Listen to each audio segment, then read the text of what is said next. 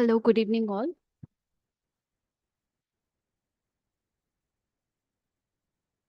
Good evening, ma'am. Yes, okay. Live stream is start, right? Okay.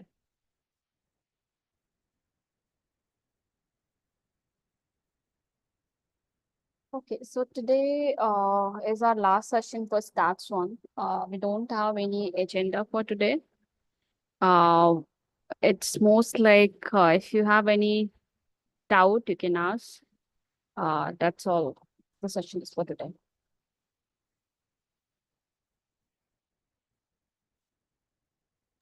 Ma'am, may I go ahead with my doubts then? Yes, sure. Okay. Ma'am, one thing, like if it's given that if variance is zero, can we say something about the range of that x? If x random variable is a continuous random variable. If random variable is a continuous random variable and you're saying variance is zero. Yes, ma'am. If variance is zero, what do you want to know about? You want to know about the range? Yeah. Like what about the range? Means it's if variance is zero, then it seems that the range is like I think that we cannot say something about range, but I just Like, see, if I mean, the variance should always be positive, right? It cannot be zero. It yes, can ma'am. only be zero when like all your data points are lying at the same. I mean, all your data points are same. Yeah. Then only in that case your variance can be zero. Variance data set can be zero. So in that case, our this range will also be like zero. Then range would be, yeah, then range would be zero, because if we are saying the variance is zero and the only possibility we see is like when all the data point are at the same, are all same. Yeah. Yeah. Ma'am, I have like two doubts from the week 12. One is from Yeah. practice assignment, question number 7, please. Hold on. Let me share my screen. I will write down.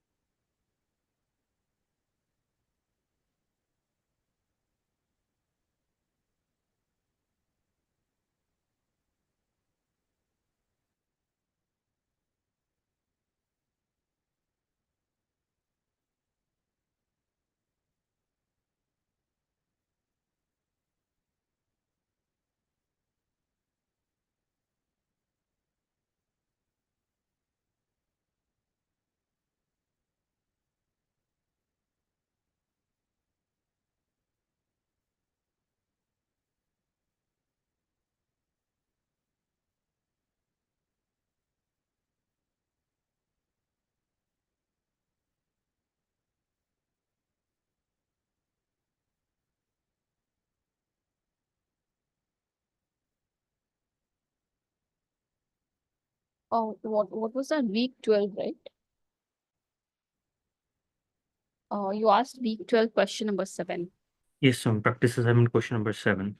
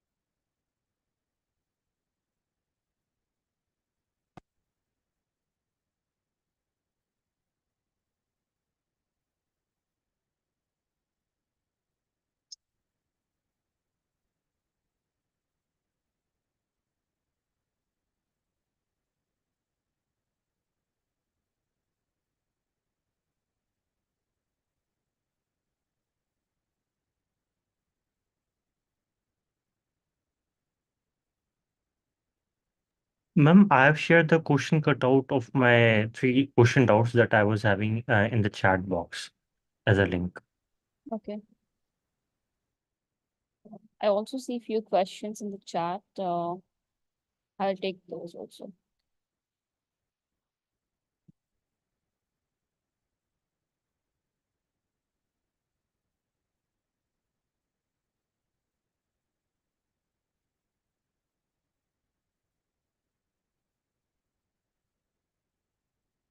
Question is number of days.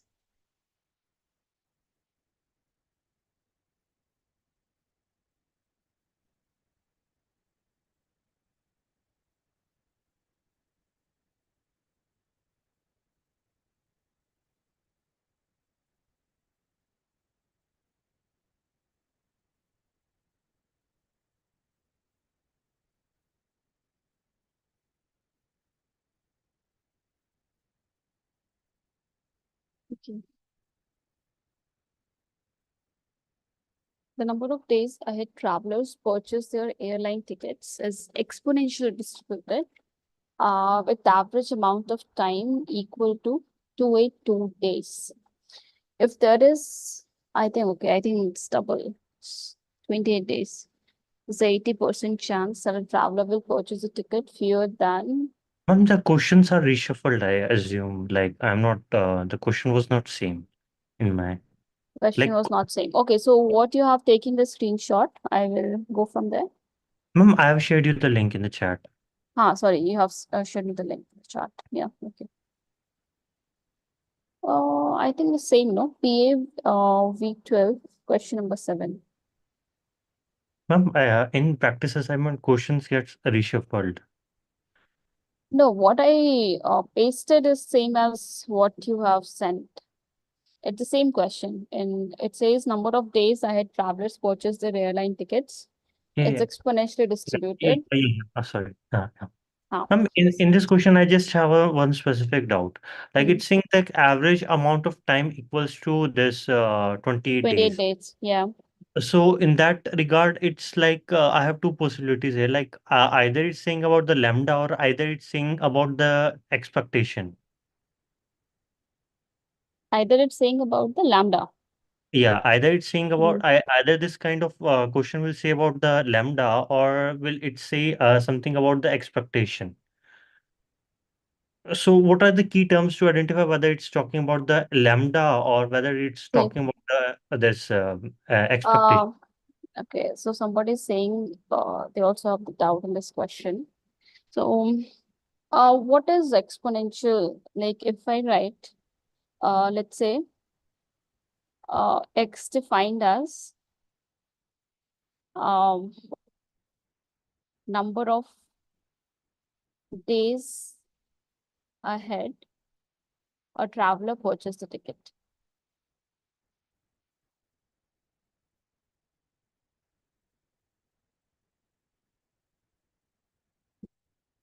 Okay.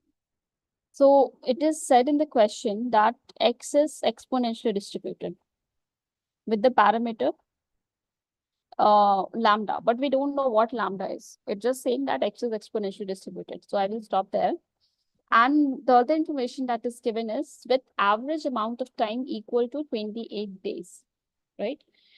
So when we talk about an exponential random variable, we also know that the expected value of x would be 1 upon lambda,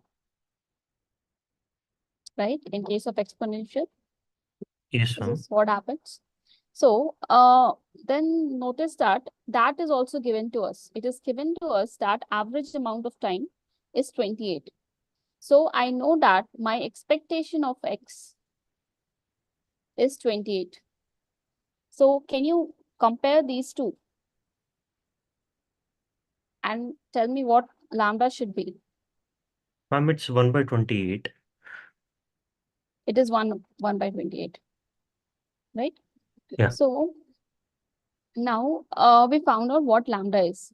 So now the question says if there's the 80% chance that a traveler will purchase the ticket fewer than, I think something is missing there, fewer than, what is the question? Okay, it's D only. So it says if there's a 80% chance that a traveler will purchase the ticket fewer than d days in advance, then what is the value of d?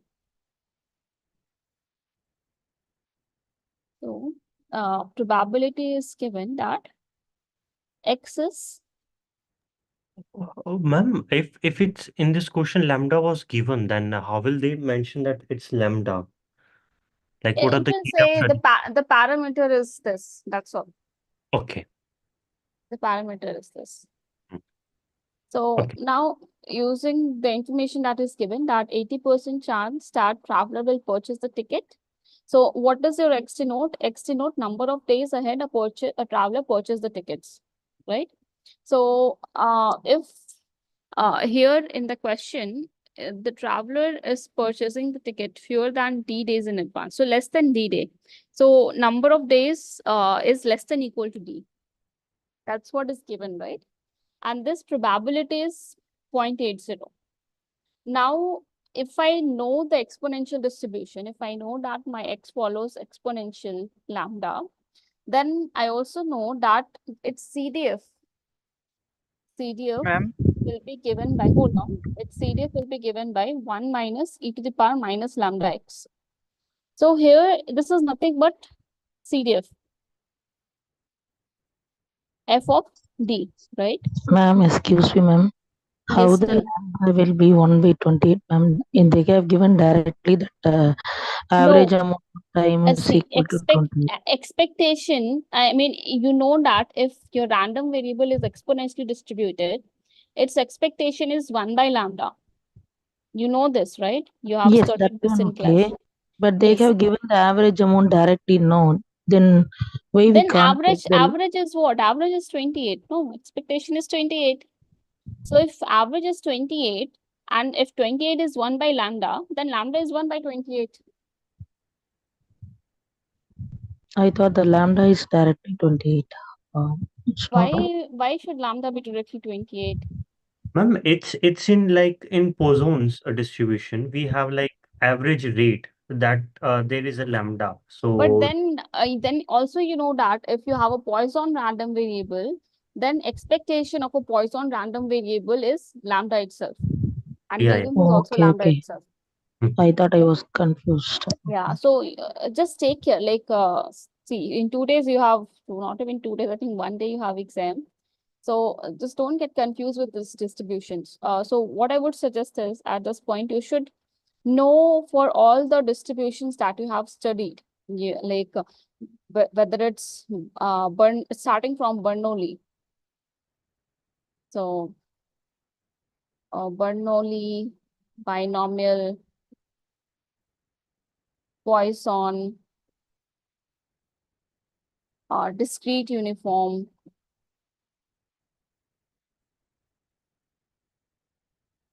then continuous uniform,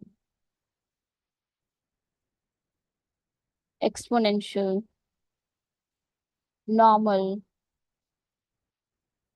everything you should like for all these distributions, this known distribution, you should know what are their PMFs and PDFs.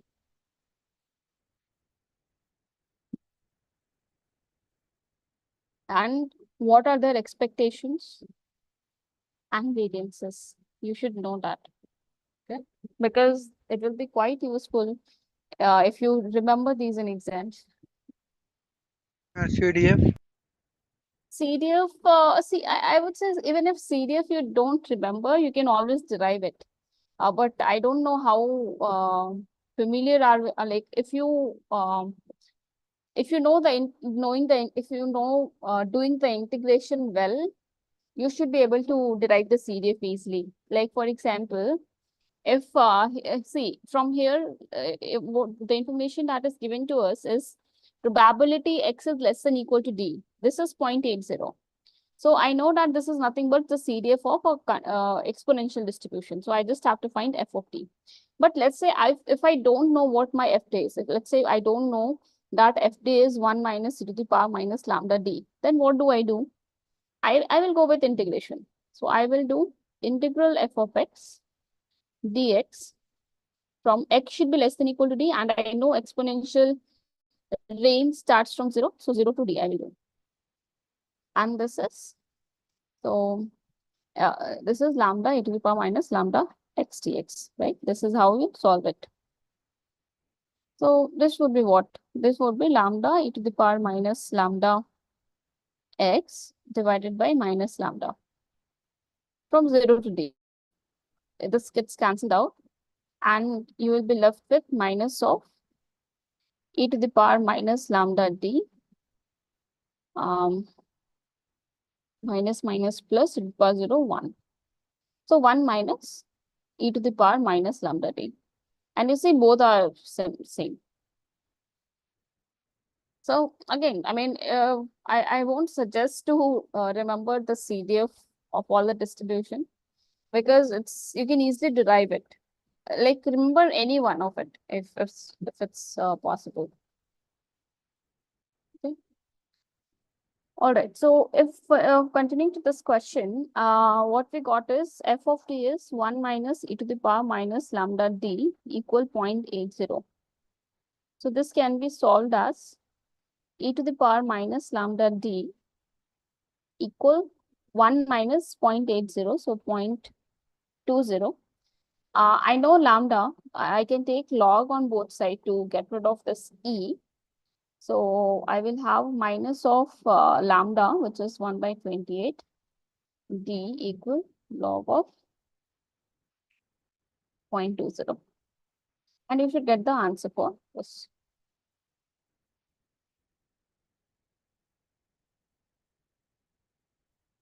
Okay. You solve this, you should get the answer. Okay, ma'am. Yeah. Then in the same slide, you have question from graded of week 12. Yes, ma'am. Question number 5. I went through solution, but I was not exactly getting like how it went. Hmm. Disha log part. Okay, I can tell log part again. So see, this is the equation that you had to solve, right? So to solve this, we went till there, and now I know that I want to find t. I know my lambda. So whenever you see exponential, no, like always take the natural log. So when you take the log, this log, when you take the log on both sides, what is happening here is see ln of e is always 1. Okay. So ln of e is always 1. So what happens is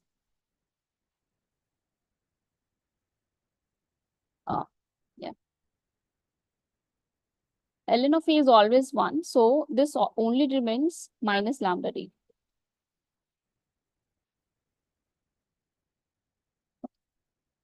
And you know d, so you can just you know lambda, so you can just find this. Okay. I hope this is clear.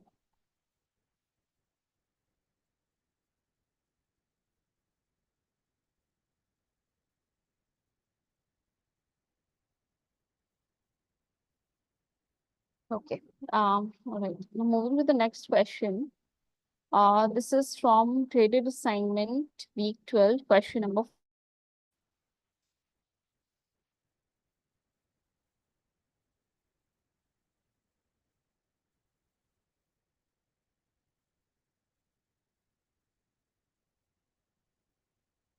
It says the length of time for one person to be served at a restaurant is exponentially distributed with an expected time of 3 minutes. If 5% arrived at the restaurant, then what is the probability that at least 2 of them will be served in more than 2 minutes, 8 minutes?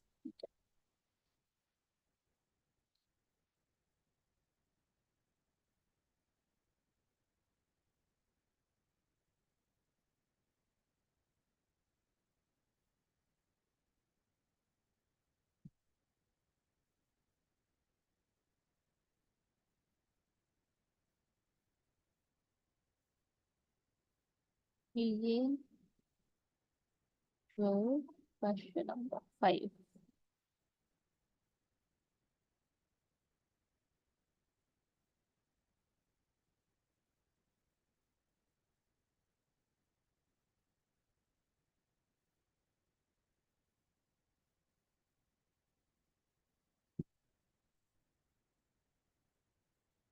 So my numbers are quite different than what you have given, maybe because it's randomized. Yeah, can you tell me what is the doubt in this question?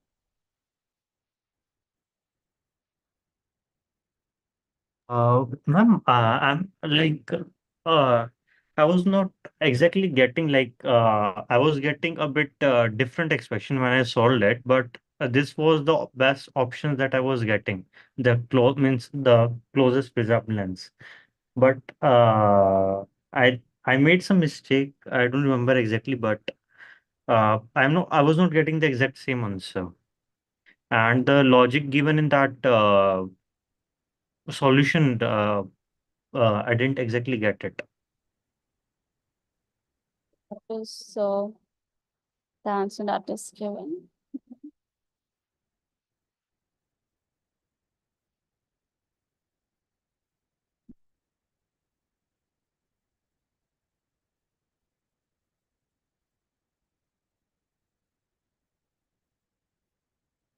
What answer are you getting?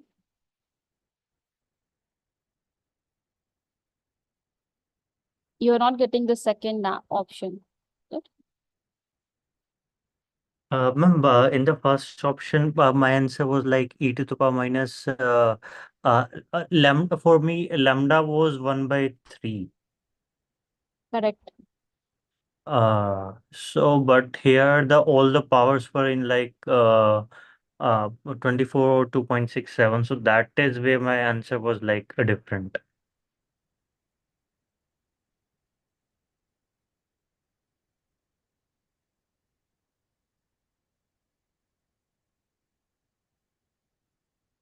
Okay.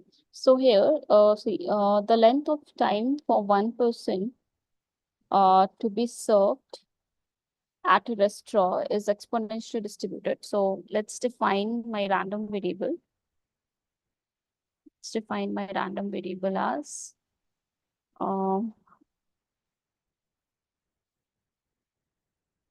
length of time for one person to be served.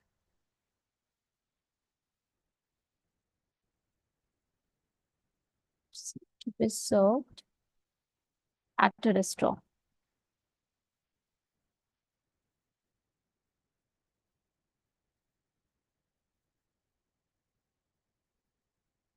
Okay.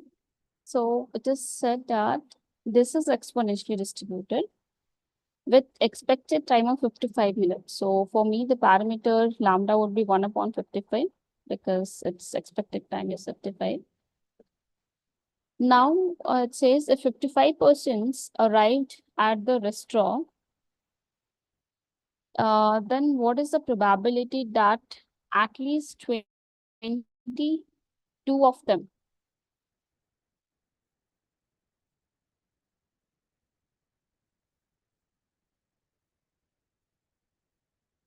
will be served in more than 77 minutes?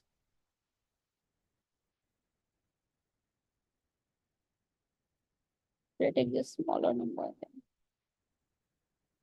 Maybe I'll take the numbers from your question that you have shared. Okay, looks quite big.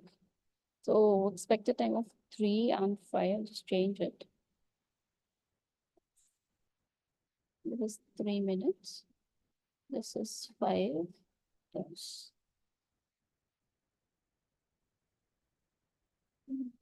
2 and 8.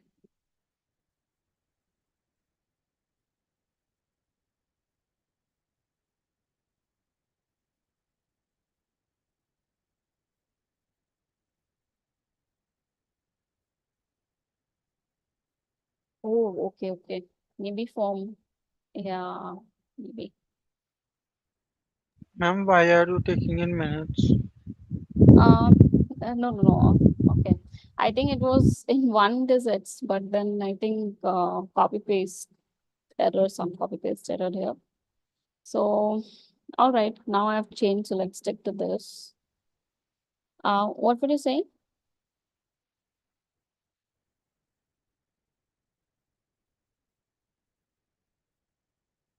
Somebody was saying something, right? I was asking why are you changing it to minutes? I am not changing it to minute. No, I mean, minute is Why have you already changed given. these values? Oh, changing the values. No, no, I didn't see it. I mean, I had some copy paste error and the numbers were quite big, so I just changed the number. That's all.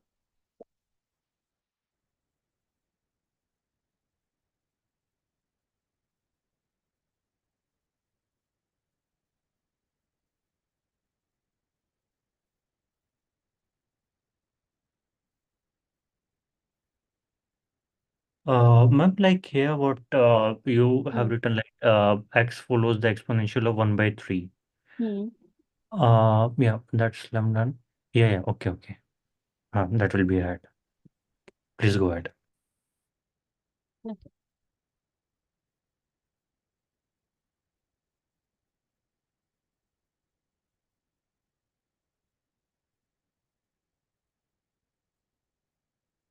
So, all right, I have changed it. Now it says if 5 persons arrive at the restaurant, then what is the probability that at least two of them will be served in more than 8 minutes?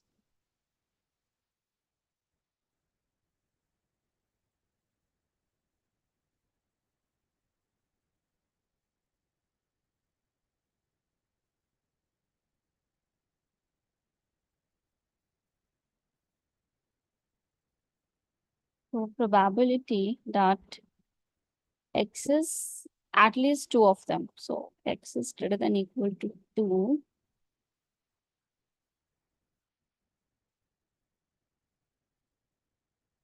But x is the length of time. Sorry, the lambda. Length of time for one person to be served.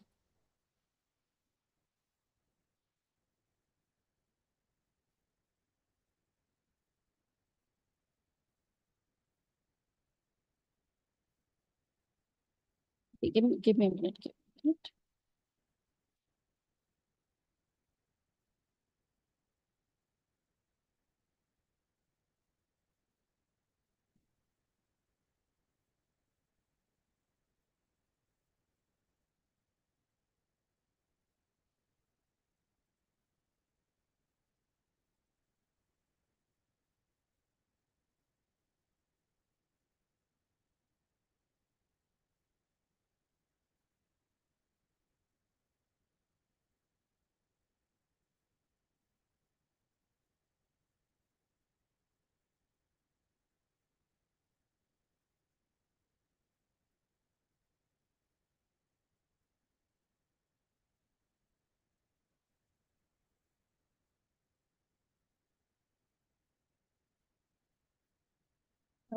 Um,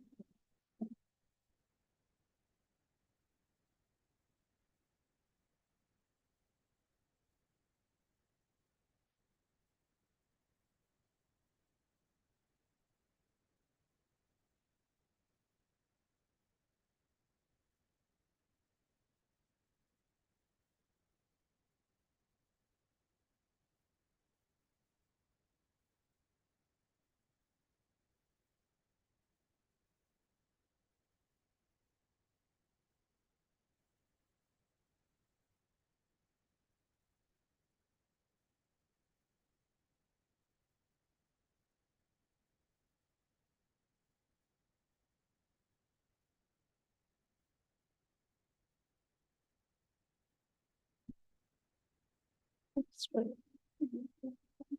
Then 8 minutes, okay. So if two of them has to be then 8 minutes, then three of them would be less than 8 minutes, right?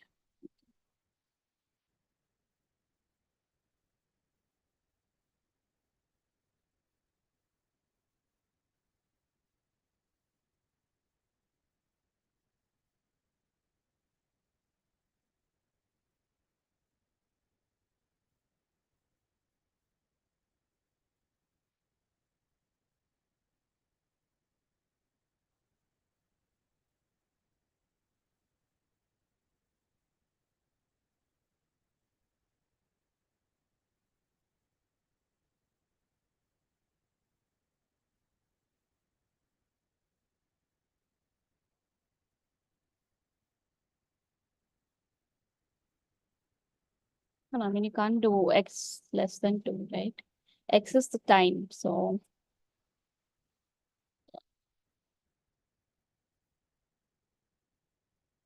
you'll have to consider all the cases.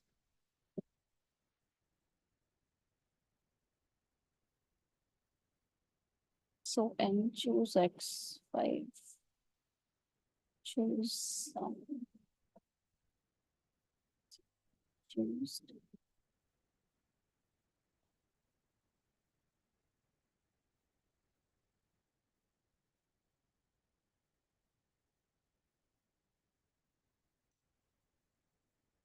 to the power k. So probability of success is success power k. Of x less than, it should be 5 minus k.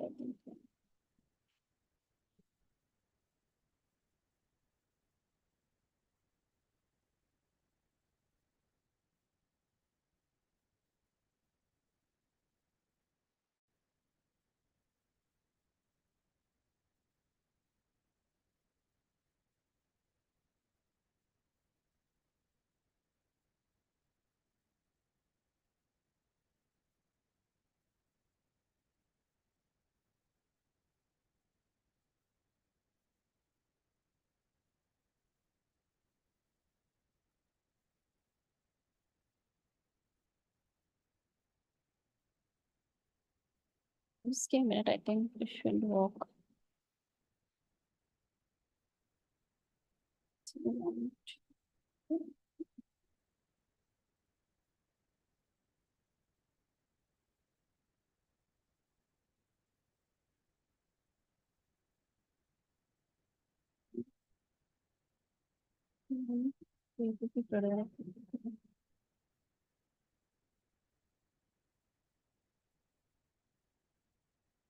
This could be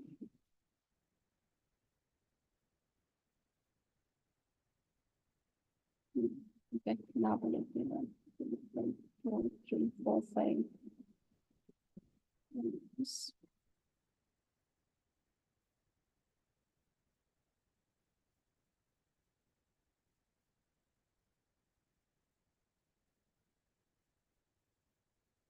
Okay, yeah. See. It's a little tricky, this question is. So here, what it says is, the first thing you have to understand that, like, the time that the time that it takes for one person to be served is defined as an exponential. So that we have defined over here clearly. Then let's say this x is my random variable, and this x follows exponential with parameter 1/3.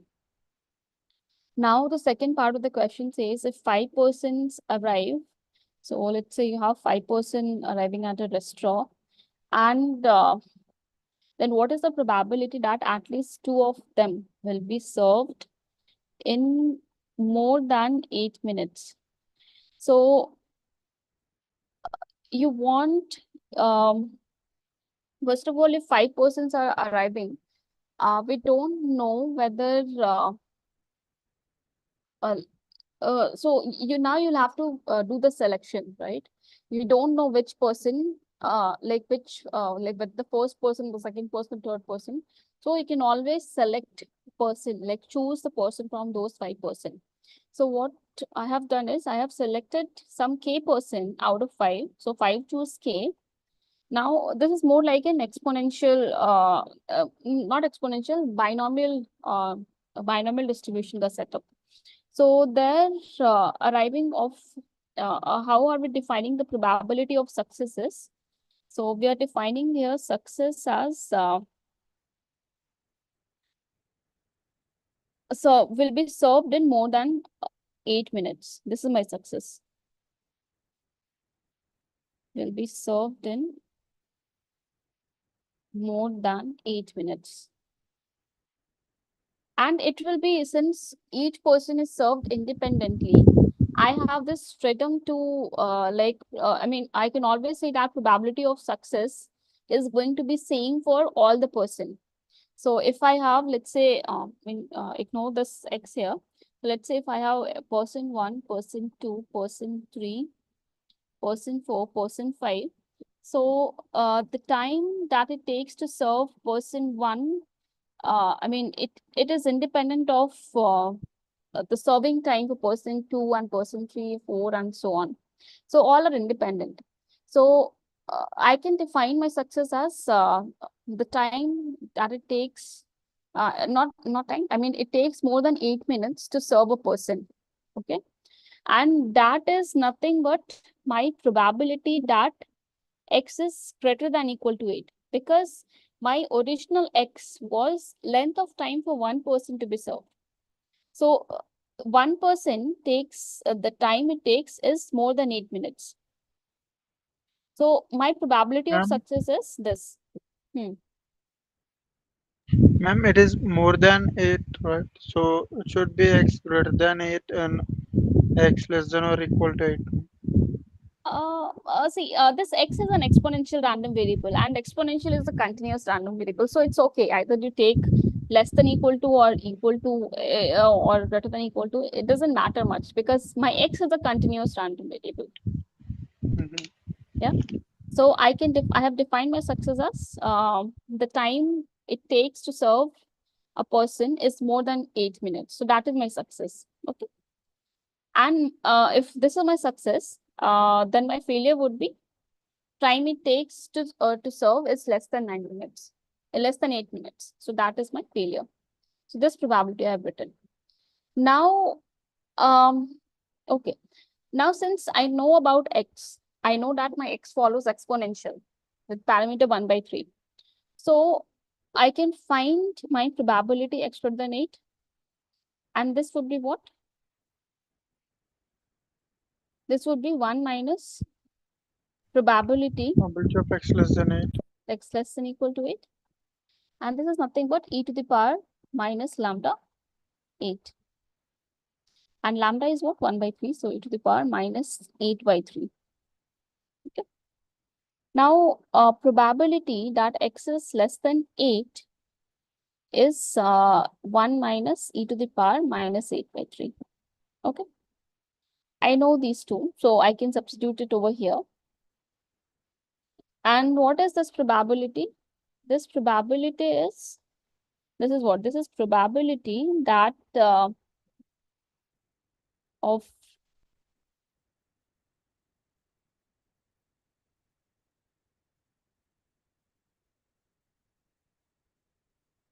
that k person will be served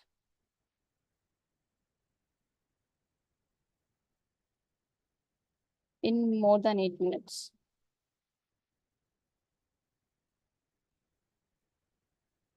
Okay. So this is that probability. And now the question is asking me that now out of 5, it is not k. I want to know, like, what is the probability? At least 2 of them, right? So my k should be, this k should be greater than equal to 2, right? This k should be greater than equal to 2.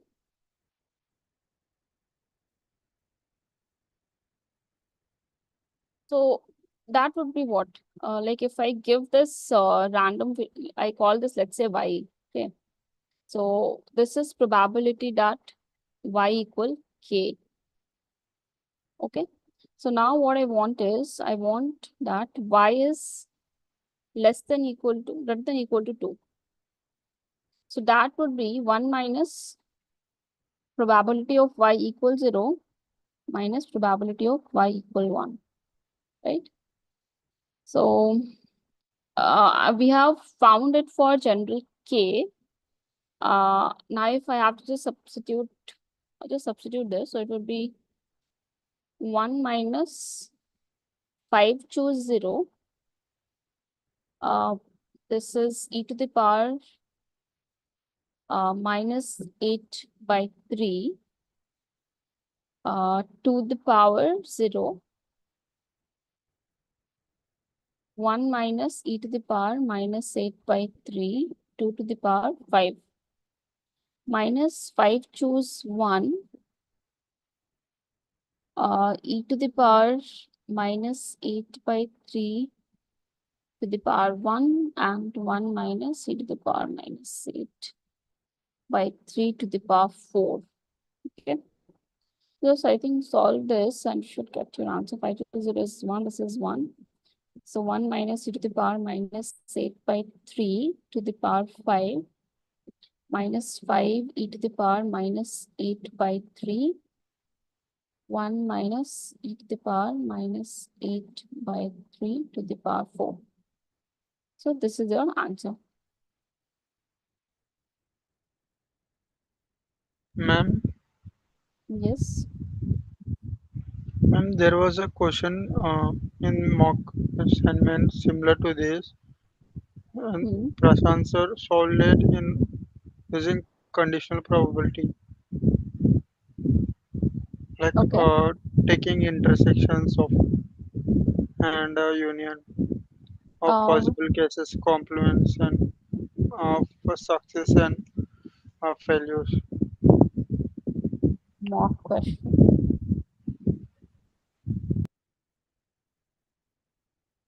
Mock for it. Okay. Which question it is? Um, I have to check. Sure.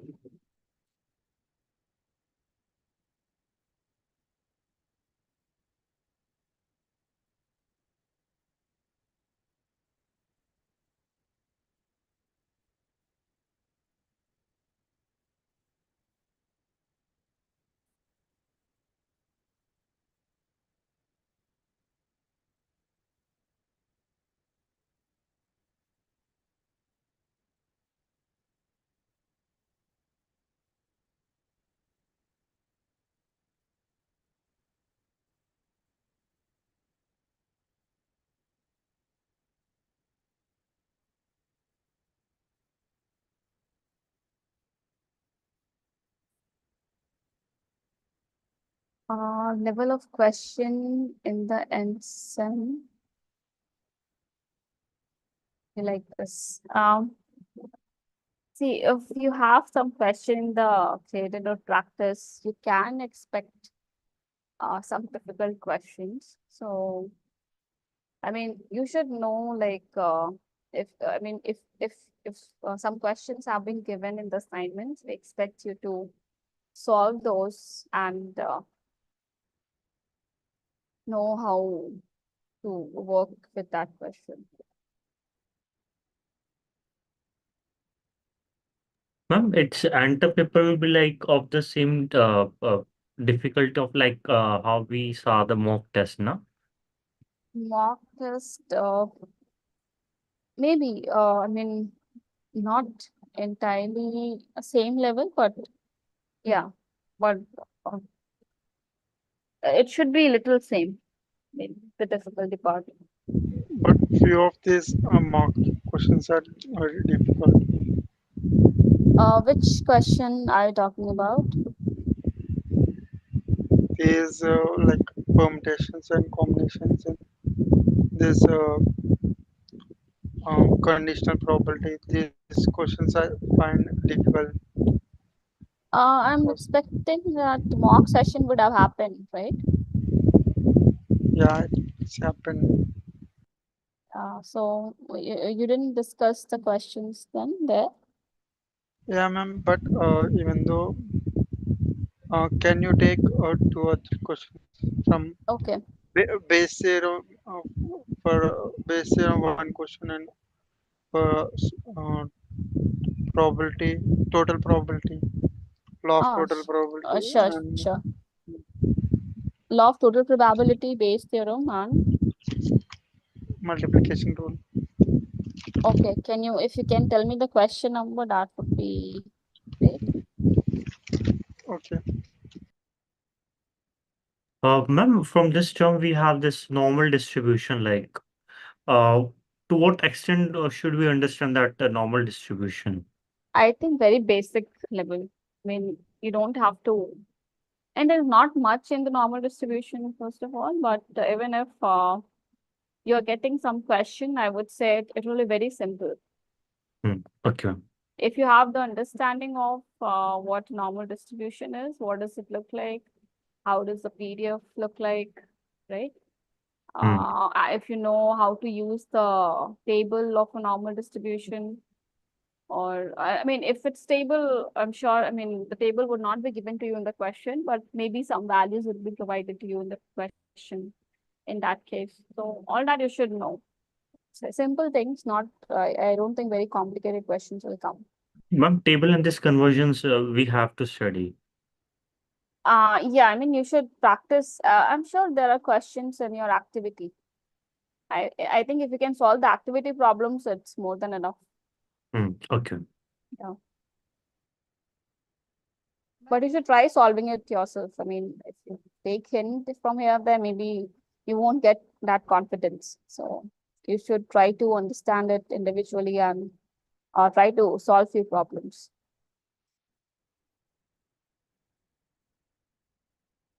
Okay, tell me the question number. Or which question number from mock you want me to solve?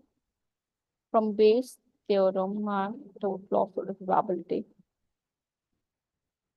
Ma'am, these are not from mock, like uh, for in-term purpose I'm asking.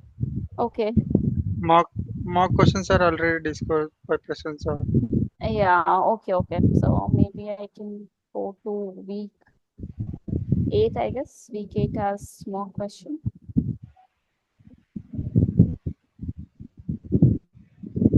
Sorry, not mock base theorem.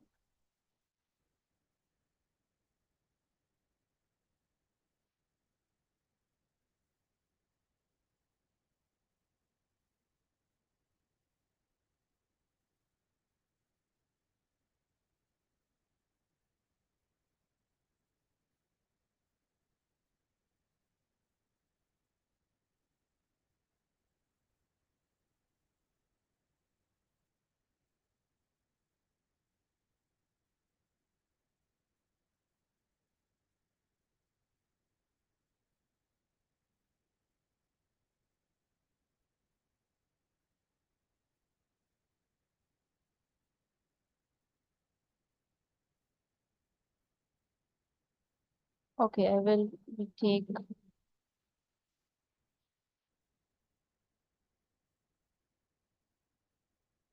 question from base theorem.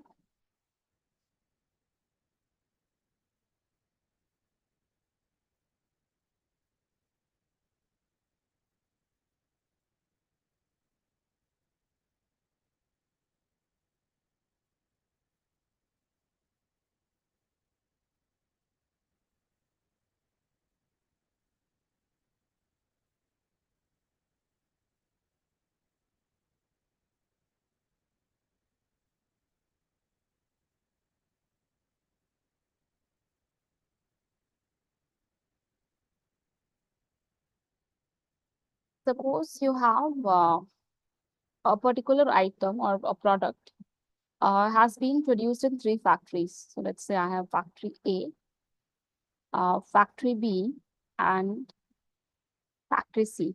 Okay. So factory A produces X times the number of items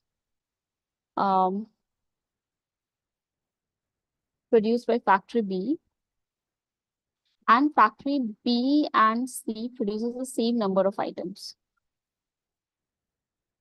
So let's say my factory B produces X number of items, C produces also X number of items, and A produces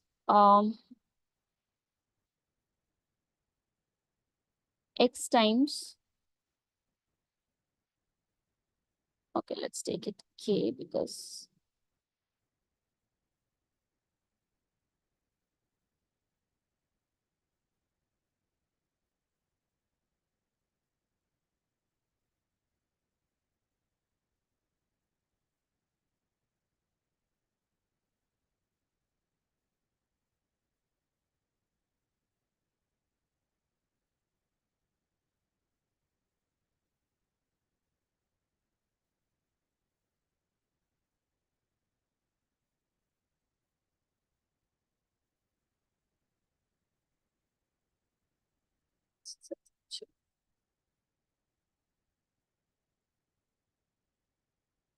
Okay.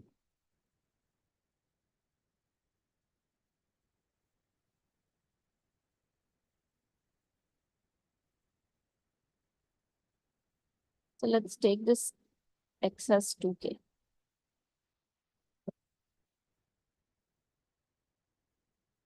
Let's say 2 times it produces as B and C. Now it is known that 8%, 7%, and 2% of the items produced by factories A, B, and C are defective. So from A, 7% of the items are coming as defective. From B, 7% is defective, and from C, 2% are defective. Okay.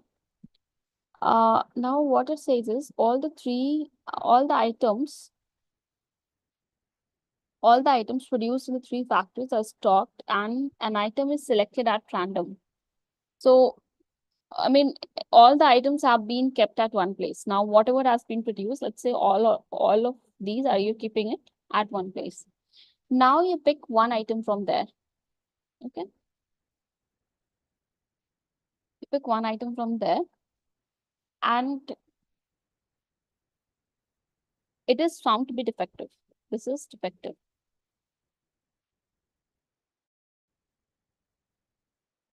Then what is the probability that it was produced by factory B? Probability that it was from factory B.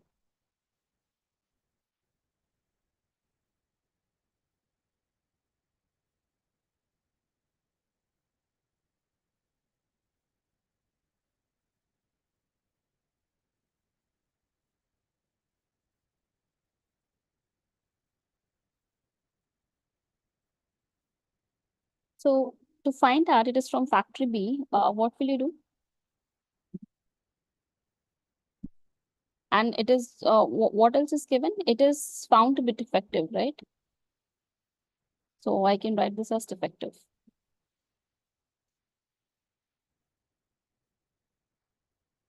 Defective. So now, do you know how to, this is nothing but a conditional probability, right? Yes, ma'am. So Yes, how ma'am. do you solve for a conditional probability? Like, what is your Bayes theorem?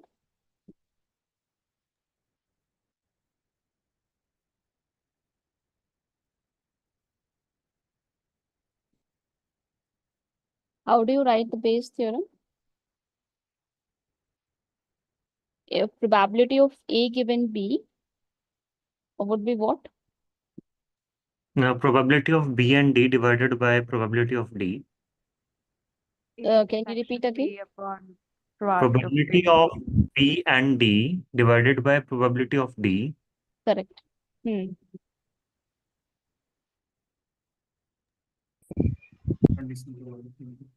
Probability of D given B. The Yeah. probability of So, B yeah. upon probability of D Hmm. to probability of D given B plus Yeah. So, okay. So, probability yeah, so I can, probability of D. yeah. So I can define an event. Let's define events as, let's say I call it as D. If items are defective, then I can define it as A if produced by factory A.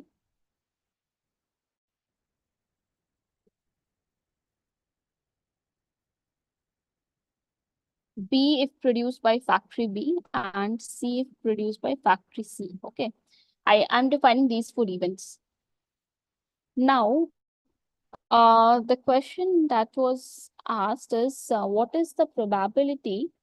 So before going to that, one item being selected found to be defective. So what is the probability that is coming from factory B? Instead, the first thing we can do is, let's say one item you selected and is found to be defective. So what is the probability for that? So this is the first question I think we should try to answer.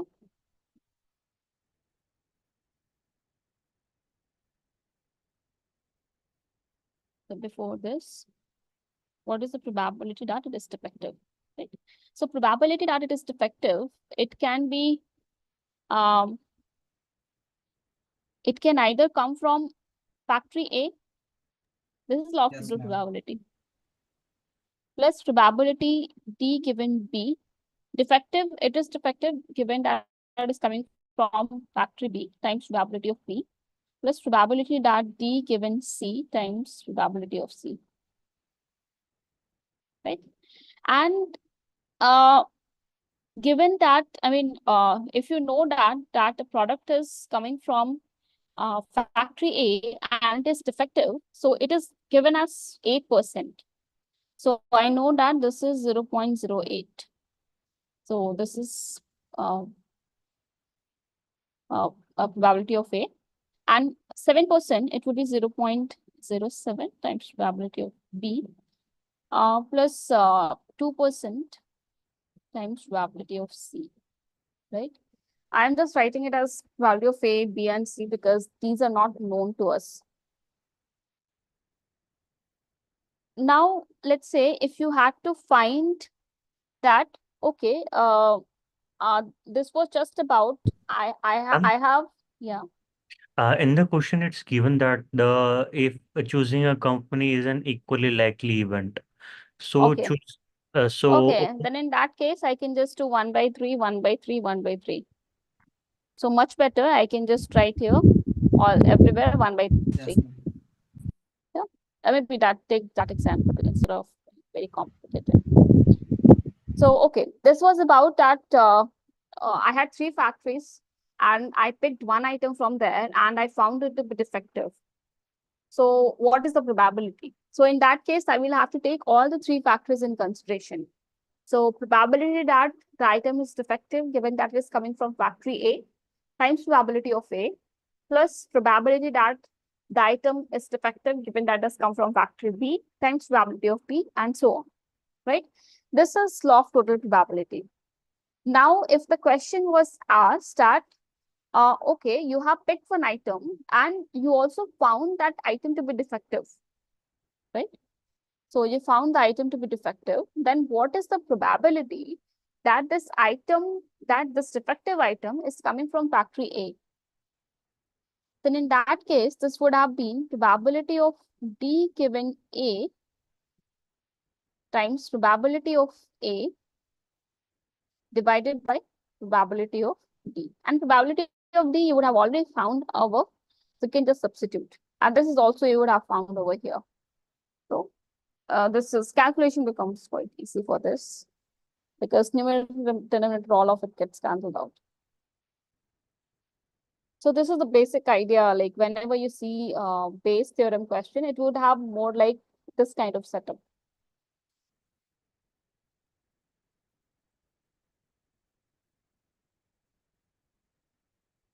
Okay, I hope this is clear.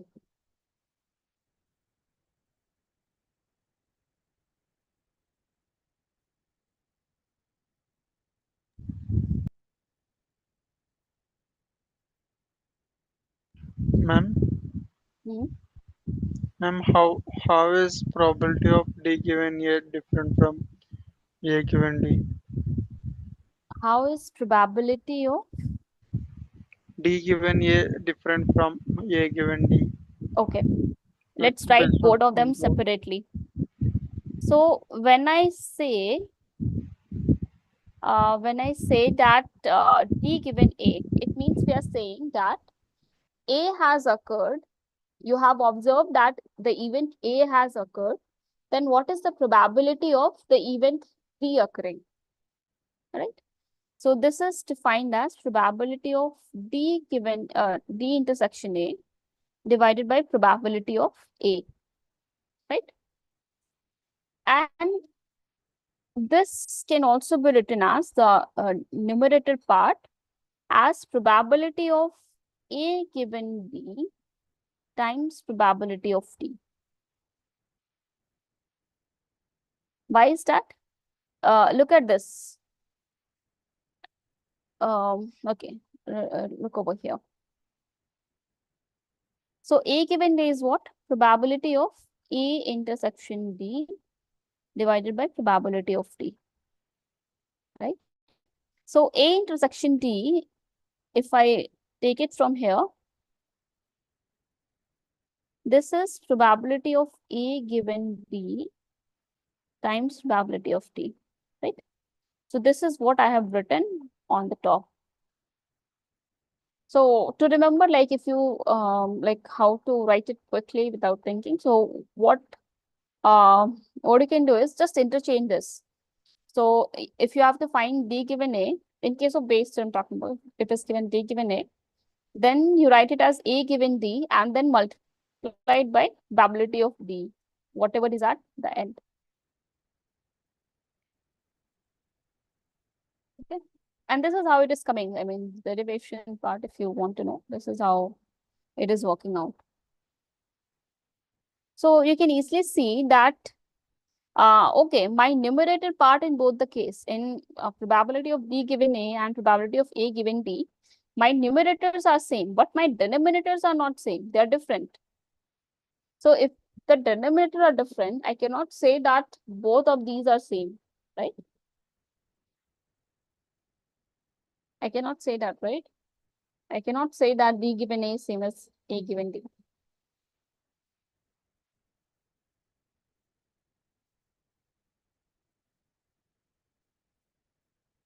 Okay.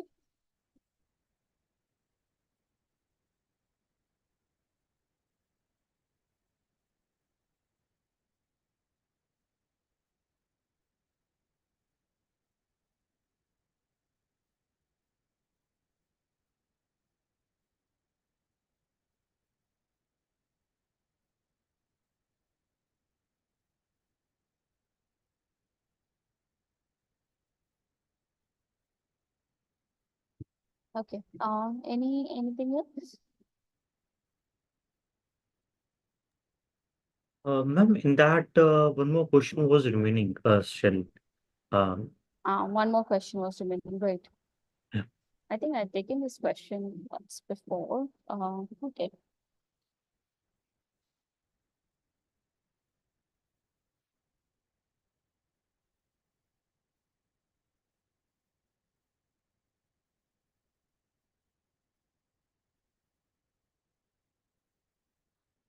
This question says there are 1,000 mobile phones in a mobile shop, of which 100 are defective.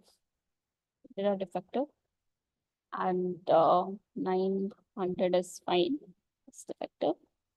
A retailer buys 20 mobiles from the wholesale shop. So out of this 100, sorry, 1,000, someone buys 20 for a total price of 2 lakh rupees.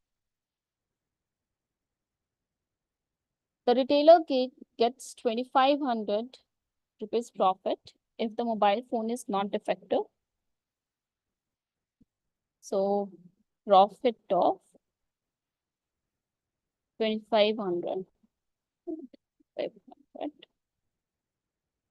if not defective, and 10,000 rupees loss, 10,000 rupees loss if it is defective. This is for each phone.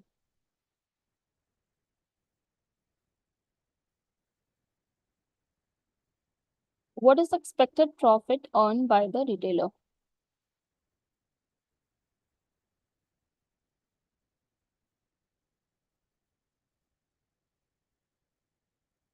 This is what you have to find.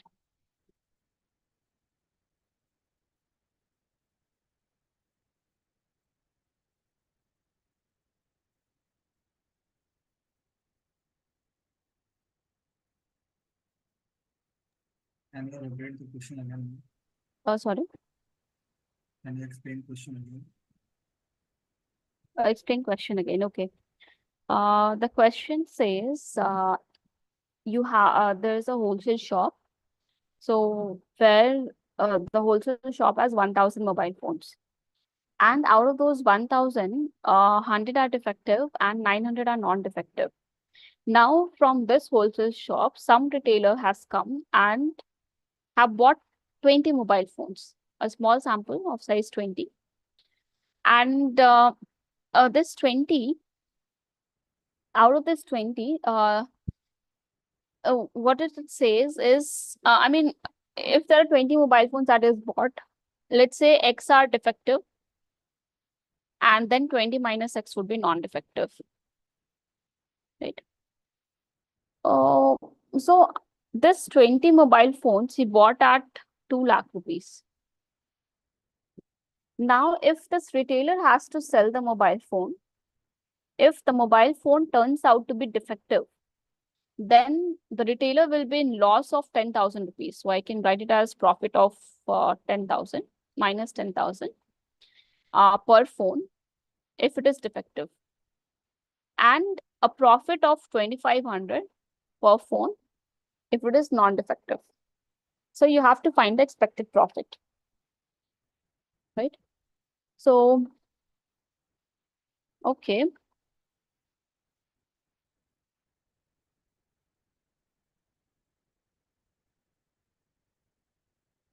So my profit can be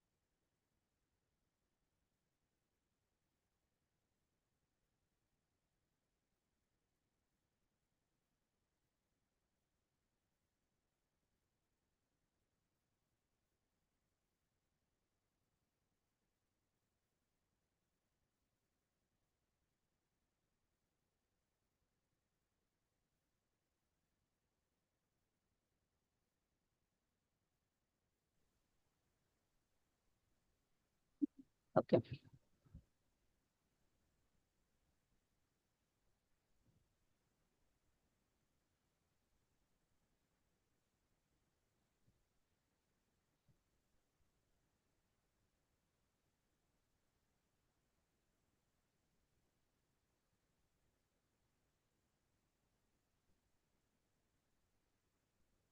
Ma'am, in this particular Yes. question, I was having two concerns. Hmm. One concern was that, it's from selecting from the bunch of 1,000 mobile phones. We were selecting 20 mobile phones. So in that sense, it seems that it was a hypergeometric distrib It is hypergeometric distribution. Yeah. but if in the second case, if we see that, like in the first case, if it's hypergeometric distribution, that means that the probability of each uh, time is different. Yeah. Probability of. Probability of like means probability keeps on changing Hmm. in when it is hypergeometric case. Right. Hmm.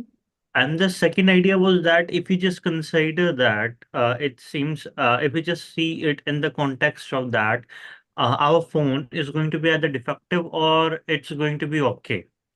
And for a particular trial, if we see that, and we consider the first sentence as just defining the probability only. If we consider that to be fixed, then this thing becomes a binomial question. Um, What no, I'm it is not binomial.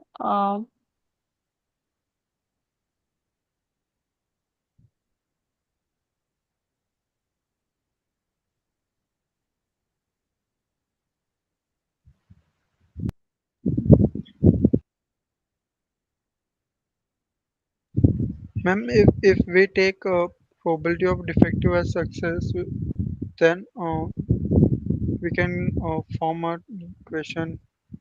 Then we get expectation of x.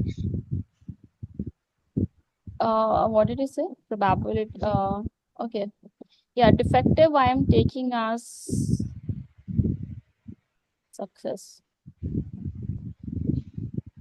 So what I'm saying that for total Hmm. profit for 20 phones, we have to find the expectation of minus 10,000 of x. Right, these are for defective phone.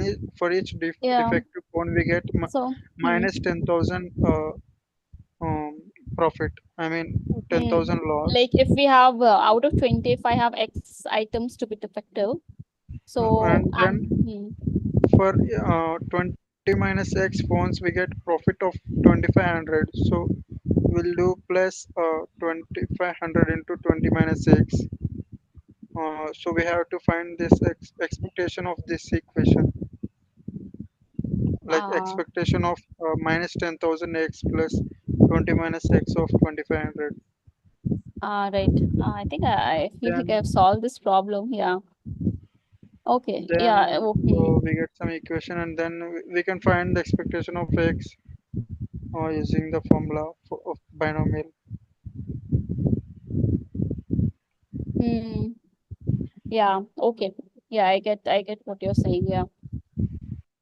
Um, see, um, I had 1,000 item and uh, someone bought 20 items from there.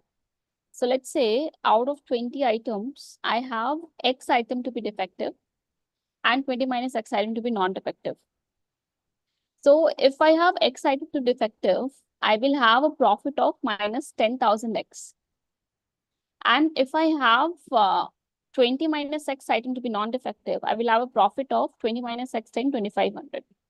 So overall profit that I get is 10,000 X plus 20 minus X times 2,500. Okay.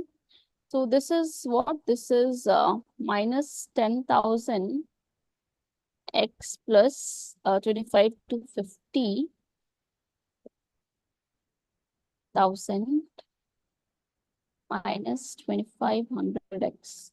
Okay.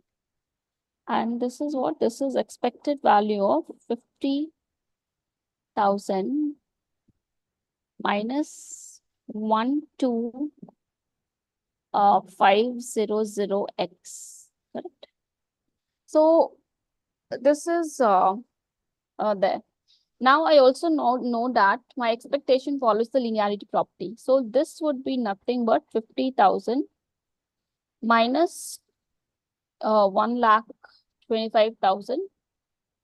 Sorry, 12,500 times expected value of X. So everything is there. It just now I have to find expected value of X. And now what is X? Like how have we defined the X to be? X is number of Defective. defective items in a lot of 20, right?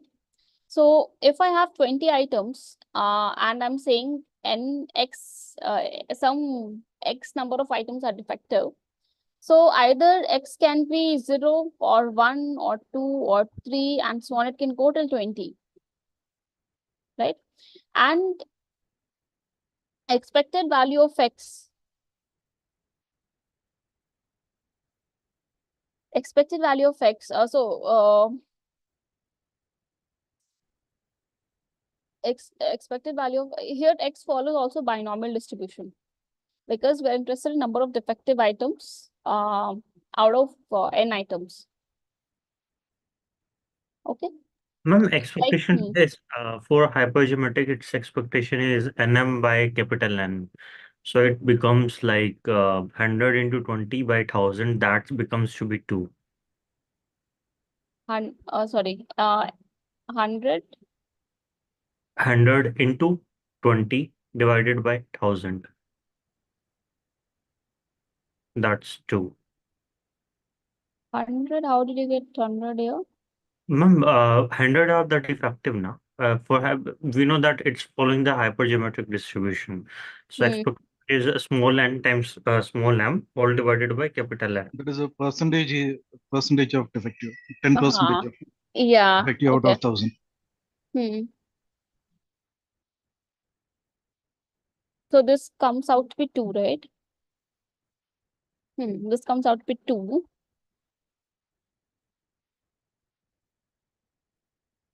Um, okay. So this would be 2. Oh, sorry, 2 to 5, right? 250. Sorry. I'm done now. Actually, I was just confusing that because initially the method before used was of the binomial when solving this question. But like it was not Yeah, making sense because in binomial, yeah, because that's true. Hmm, okay, thanks. Yeah.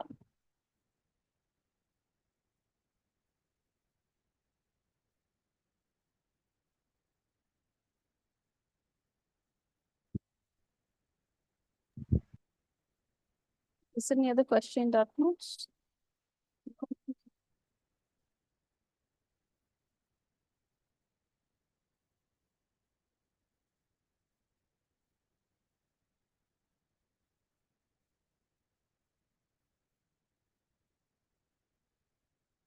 So how are the exam preparations going on?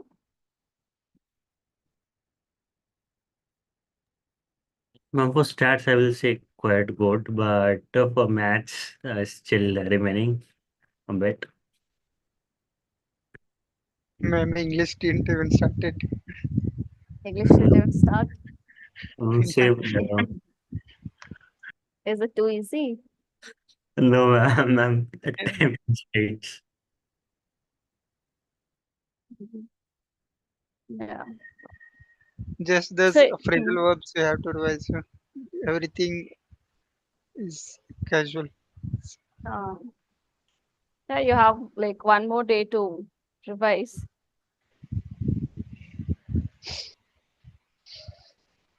So, yeah, like in general, what I would say is like since now you have only one day left, many of you would have already prepared by now.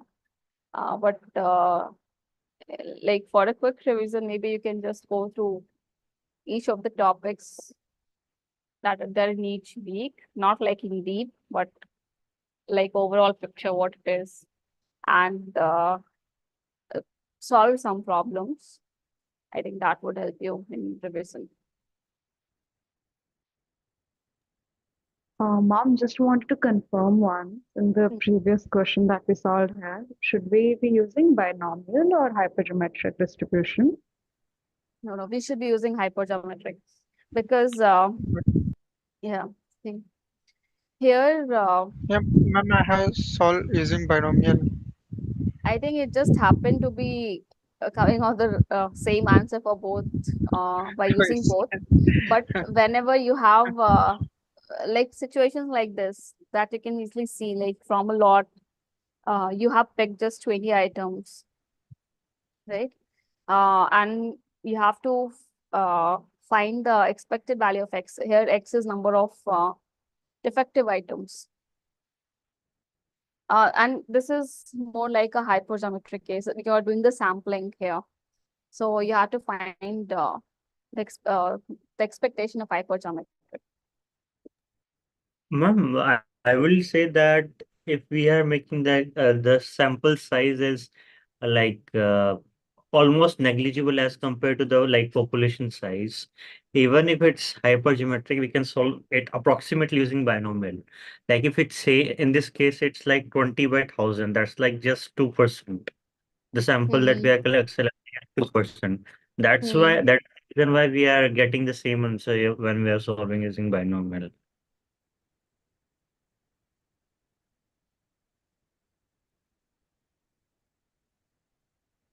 Does it matter?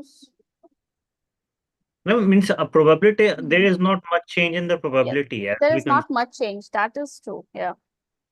because of that, The sample size is quite small.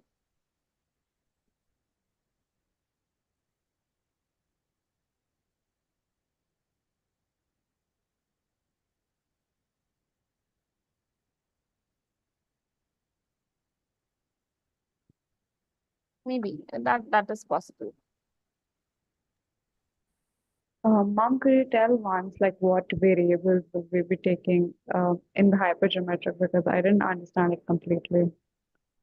What yeah, so here I had defined my x to be a number of defective items. Okay. So that is uh, I mean that follows a number of defective items in the sample that you have got. So that forms a hypergeometric random variable. Okay, got it. Mm.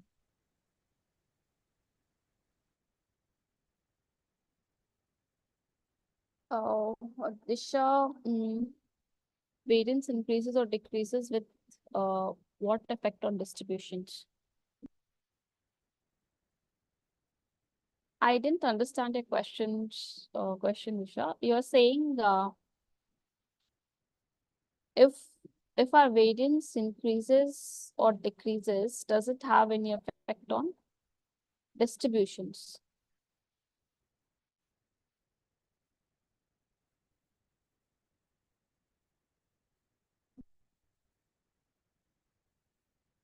No, like what do you mean by distribution increasing or decreasing?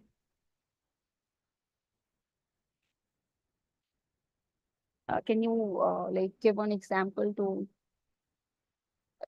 like elaborate this a little?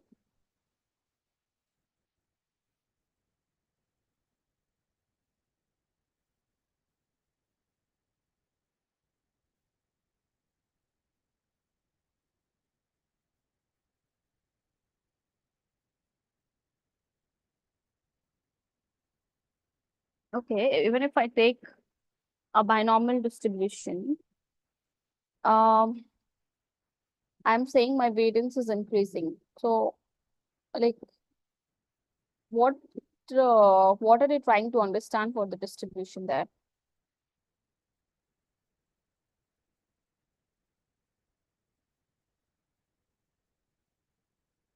P increases. Sorry. P increases. And at point P is equal to 0.5, it will be the maximum. At p equal 0.5, this is maxima true. But she's asking about the distribution.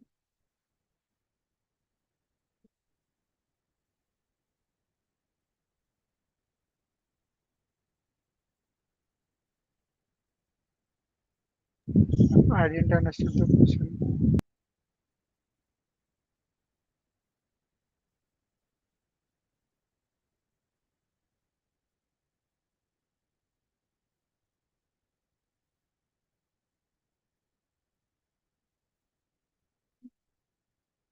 I think she's asking about the skewness.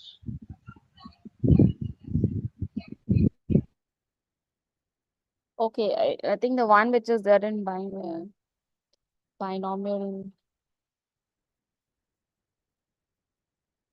binomial random variable. I think. Hold on. Let me just-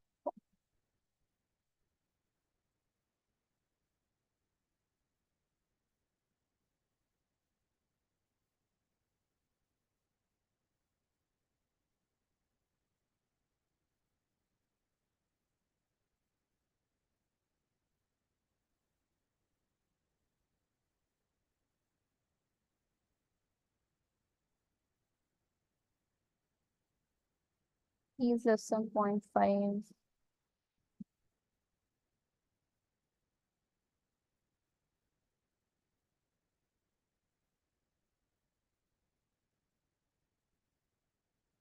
I don't remember exactly what happens in that case, but maybe we can take some example and see.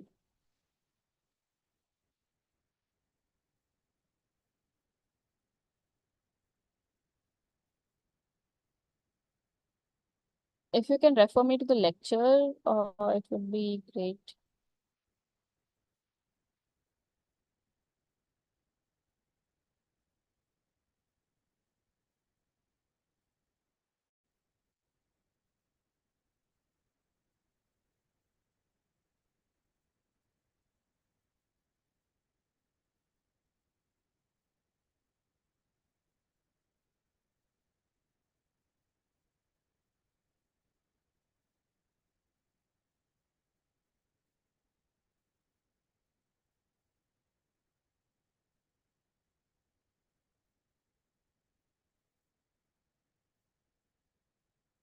Fruit graphs.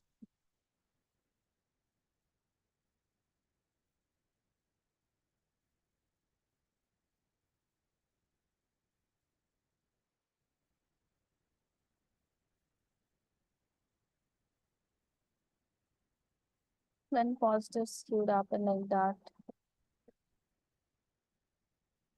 So, okay. So you know that if P is 0.5, it happens to be a symmetric curve. Yeah, and as Kiran has also mentioned, like if you have P less than 0.5, you get right skewed. Something like this. If it is greater than 0.5, it is left skewed. Yeah, exactly. If n is, see, if n is very large, in that case, it starts to look like a normal distribution. Yeah, so when n is large, it approaches symmetry. That's true. So it will look more like this. I can't say anything about whether the variance will increase or decrease. Not it's not something that we can say just from the statement. But for sure, if n is large, your the binomial curve will start looking like a normal curve. It will approaches to symmetry as, yeah, correct. But we can't say anything variance from there.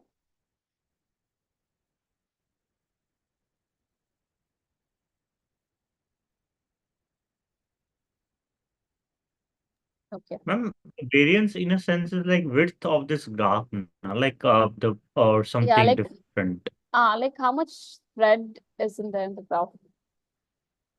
Okay. Mhm.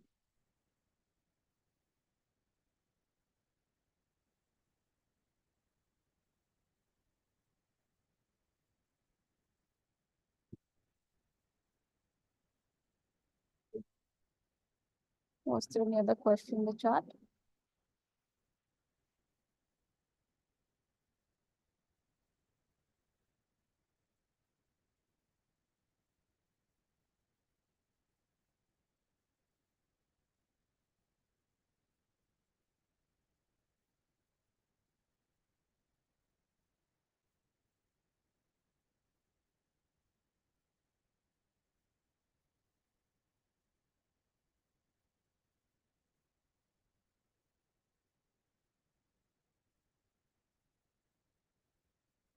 Okay. There's nothing in the chat. Do you have anything else?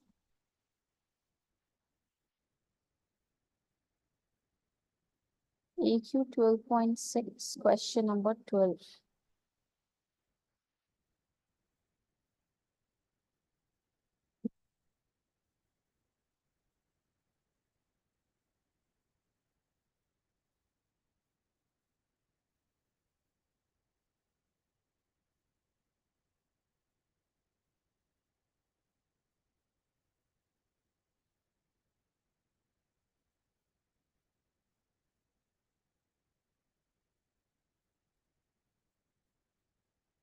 Okay.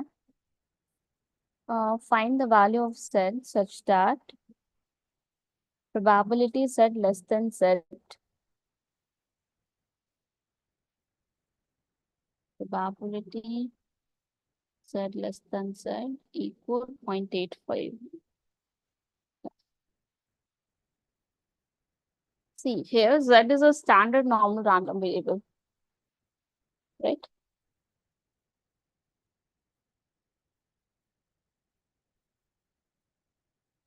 Here z is a standard normal random variable.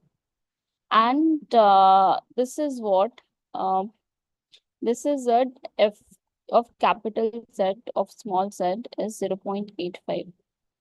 So you need to find what this value of small z is.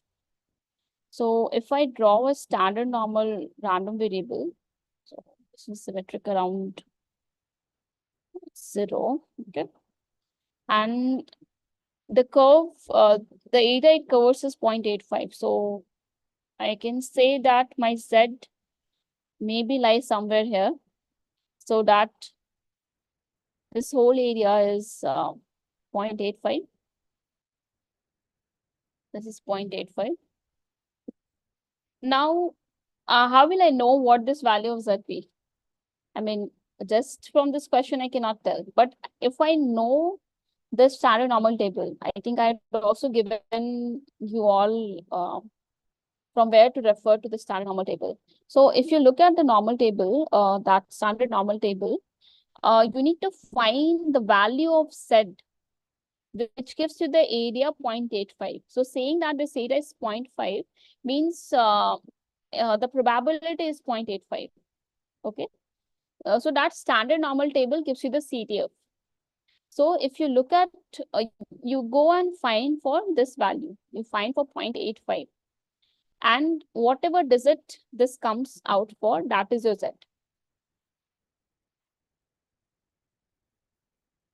So in the standard normal table, you will see some value on a left column in the column and some values on the top, right? So you go and look at the table which gives you the value 0.85. So let's say here I get 0.85. So to say what value of small z gives you this probability, you will go to the row corresponding to this value and the column corresponding to this value. So whatever you see, whatever value you see in the row, you write that. And whatever value you see in the column, you just add these two. And that will be your value.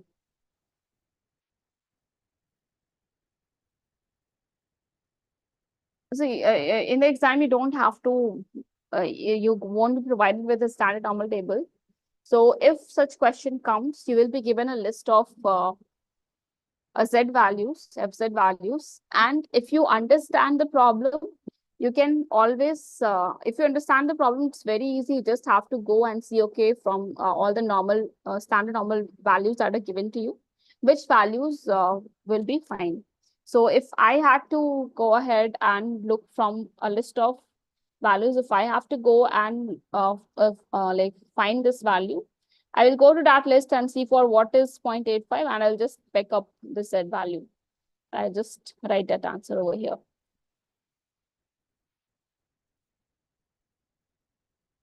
Don't worry, standard normal table you won't be given in the exam. But if a question like this comes in the exam, you will always be provided upfront all the values. Not the exact one, I mean, not just this one. Since it is an exam, you will be given maybe some 5-6 options to choose from.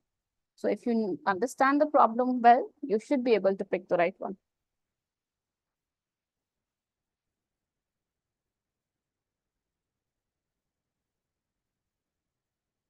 Okay. Ma'am, Hmm. what will be the probability for g greater than 3? Probability for G greater than 3. greater than 3. Yeah, So this is, this should be okay. You know that for within one standard deviation, it covers around 62%. 2 standard deviation, it covers around 8. 82 or 85. And 3 standard deviation, it covers around 99. So after 3, it is almost 0, no? I mean, it won't look like this for sure. I mean, Yeah, but maybe but if I make this graph now, so maybe like, this would be my 0. Let's say this is my 3 or something. Okay. ma'am, we So can't after, round up these values, right? yeah, but you can say it is 0. I mean, if you look at the normal table, it doesn't say anything after 3. So after 3, Ma'am, you assume it is a 0.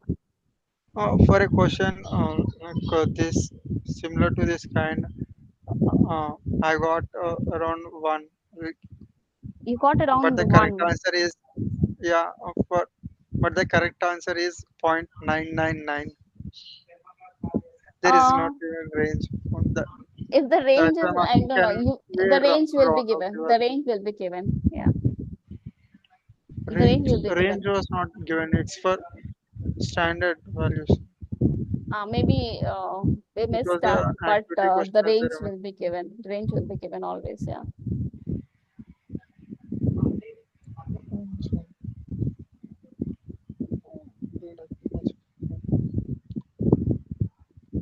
Ma'am, it will be point 0.15 percentage after three 0.015.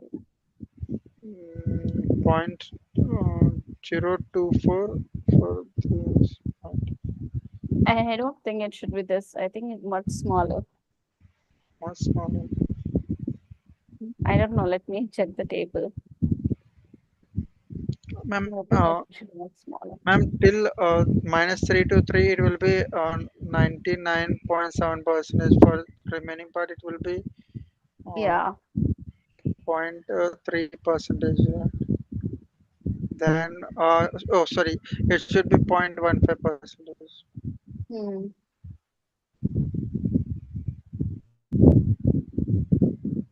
That we have to consider till 4 decimal places we have to consider.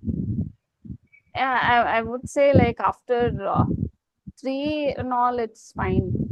See, for 3, it is 0.9987 for x less than equal to 3. ma'am, I remember they are not giving a range for these standard values. No, no, you will be provided. Don't worry. I mean, maybe we There was missed an that. activity question. I have Yeah, round off and put yeah, answer as maybe we missed it, but it's correct okay. answer is 0.999. Okay.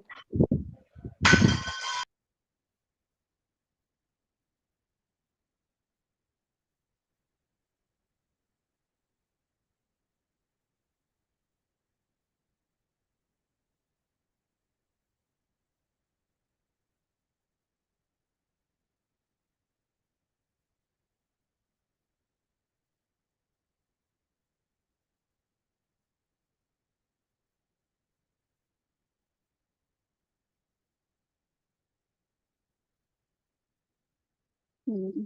Yeah, yes, Tisha, that's correct.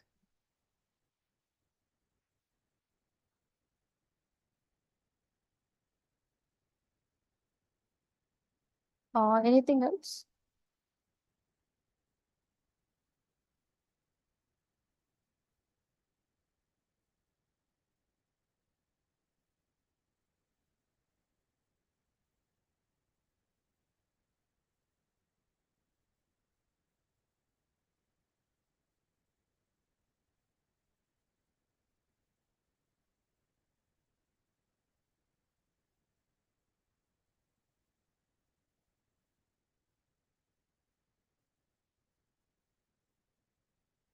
Ma'am, can you explain multiplication rule?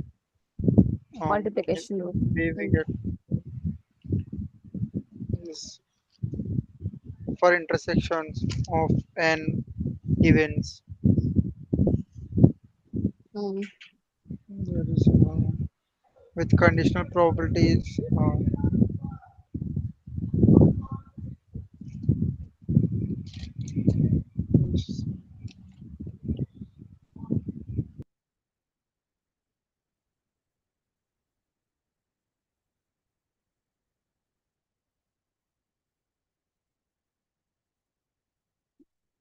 12.7.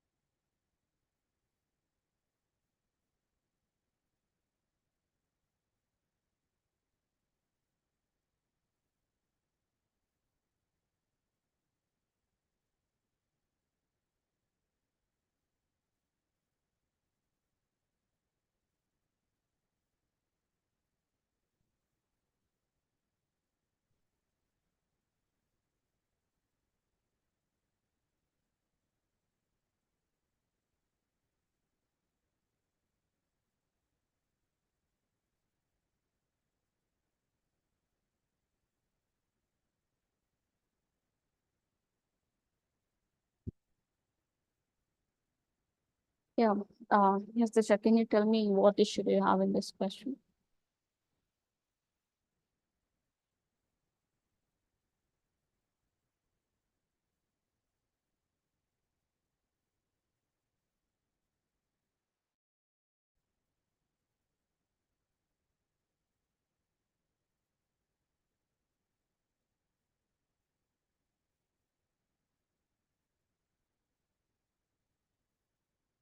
How do you solve this mod?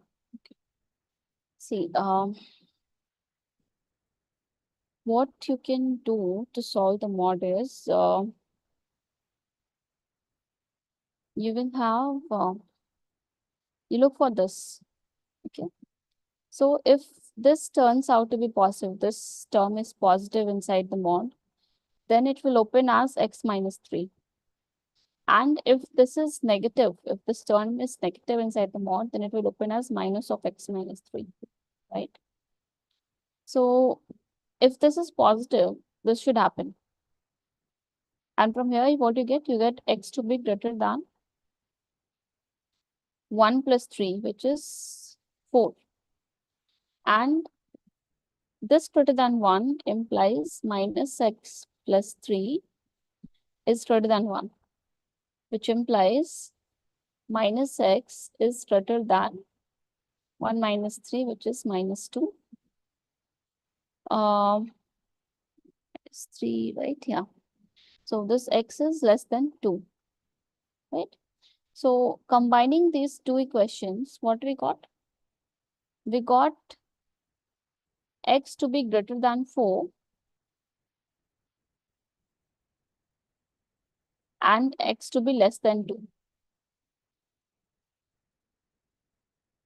right?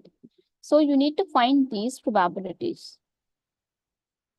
And it is given to you. So what is this? This is probability that x is greater than 4 plus probability that x is less than 2, right? Now you need to standardize this. I mean, this is some general, x is some normal random variable for which we know the expectation and variance. But solving, I mean, you cannot go and integrate all this because it does not have a closed form expression. So integrating it is not possible. It's very complicated.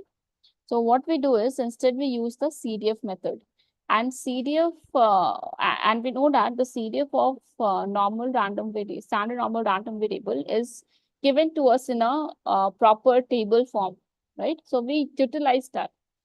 So to convert this x to a standard normal, what do? We subtract the random variable by the expectation and divide by its standard deviation. This is what we do. So 4 minus 5 divided by 2 plus probability that x minus 5 by 2 is less than 2 minus 5 by 2, right? And this x minus 5 by 2 is nothing but z. So this becomes probability that z is greater than minus 1 by 2, which is minus 0.5, plus probabilities that z is less than minus 3 by 2, which is 1.5.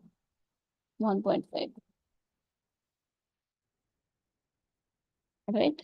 So again, you can look at the table, and if this is the curve, minus 0.5 would be somewhere here, minus 1.5 would be somewhere here. So you want z less than minus 1.5. So this, you want this area plus z greater than minus 1.5 plus this area, right? So if you have to add these two areas, so I mean, from here, this is nothing but fz of minus 1.5. And the first term would be 1 minus probability of z less than equal to minus 0.5, right? So this is, the first term is 1 minus fz of minus 0.5 plus fz of minus 1.5. So this should be my answer.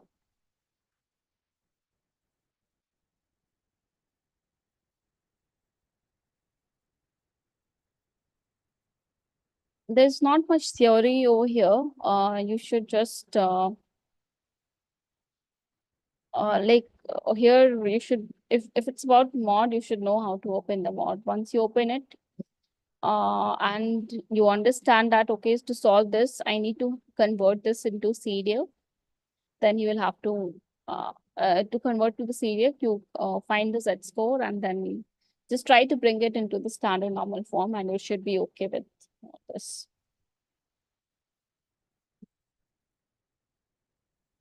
Okay, now coming, is it clear?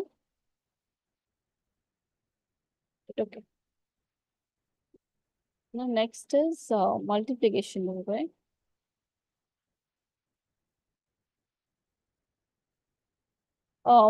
Can you tell me what doubt you have in multiplication rule? The formula, ma'am. A formula. Mm, What is the formula for this? mm. It's a little complex. For intersection of events and events. Okay. What is probability of A given B? Probability of A intersection B by probability of B. You have doubt in n event, is it? You have n event. What do we do? And could you please repeat that? No, I'm saying you have like general multiplication rule. What does it say? It says That is for probability of, independent events. The probability of A intersection B is called probability of A and probability of B. no, general multiplication rule.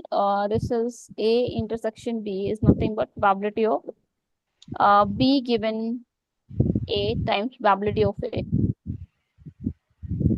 right? This is the multiplication rule, right? Yeah, So you want to know it for n yeah, events. yeah. So if I'm saying, let's say I have event Ma'am took it A1 for n events and generalized it like AN. became, yeah, This, right? And this is what you yeah, want to know. yeah. Yeah.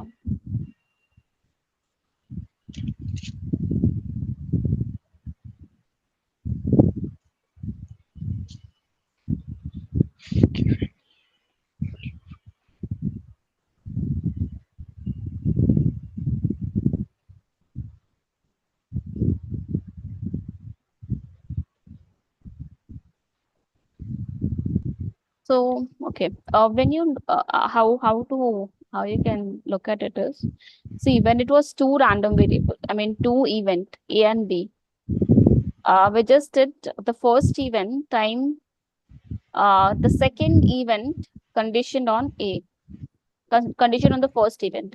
So here also, what we can do is we can do probability of A1, so the first event, times probability of the second event, right? The second event is B in this case. So in this case, it is A2, conditioned on the first event, A1. Now, if you have three events, let's say, then you will go with a probability of the third event, A3, conditioned on the first two event. Okay. A1 intersection A2. Then you will go with the fourth event, probability of A4, given conditioned on A1 intersection A2 intersection A3. It will go on till where? It will go on till um, AN. probability of AN conditioned on all the previous probabilities, right? Intersection of all the previous probabilities. This is how you can remember maybe. So, Ma'am, right, do just we for, get any question on this? I don't know. I don't know if you get any questions from here.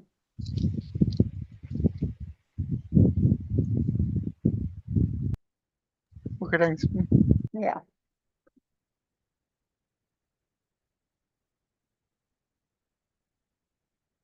Okay, anything else?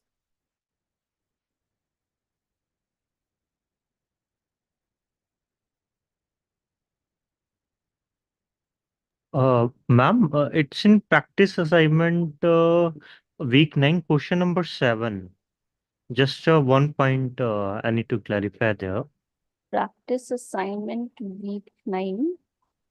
Question number 7. Okay, hold on.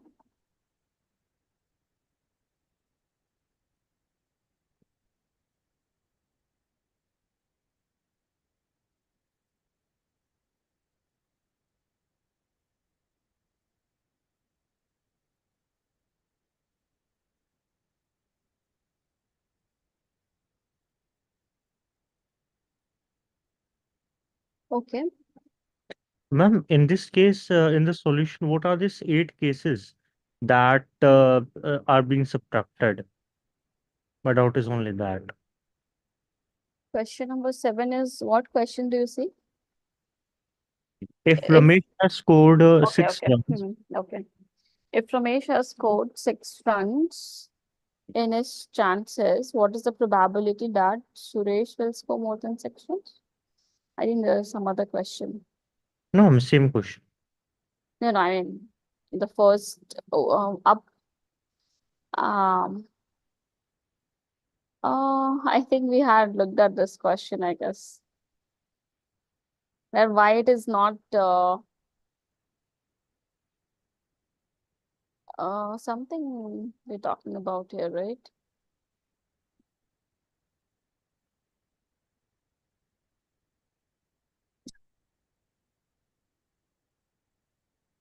Two friends, Ramesh and Suresh, wants to play book cricket game. Why they are not independent? I think somebody had asked this question. Yeah. All right. What is the question? If Ramesh has scored 6 runs in his chances, what is the probability that Suresh will score more than 6 runs and win the game? My Yeah, doubt here is only what are these 8 cases that are being subtracted are. from where I okay, but I need to read the whole question. No, it is Okay. dependent on the previous one. Mhm. Okay. Two friends wants to play in this game. Initial score is 0. You have a maximum of 5 chances. Then a book page and ask them about duration. Yeah, but your parents score. If you get 0, you have the chance. Then the question of its size is the now. Look, combination pages or the right side which containing the pages. This function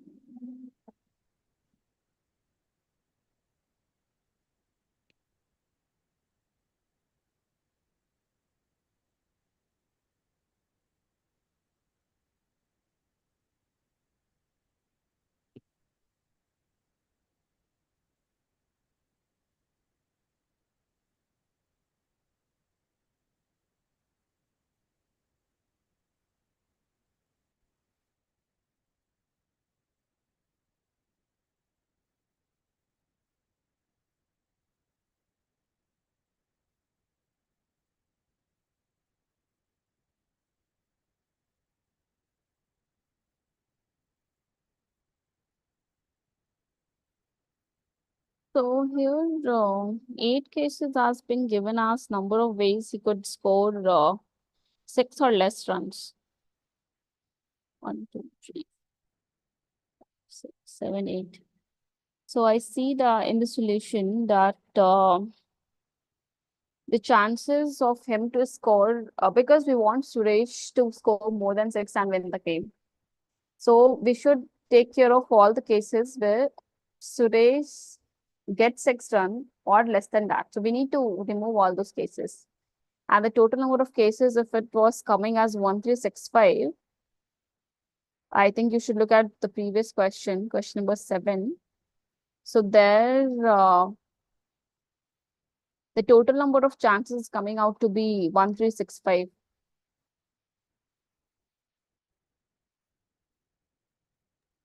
Yes, ma'am. Yeah.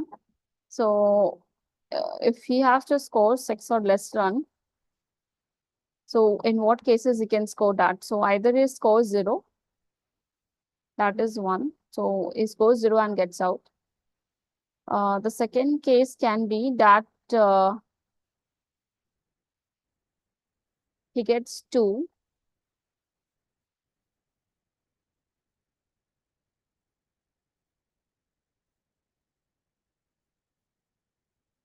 The last digit of the right side page, right? Okay.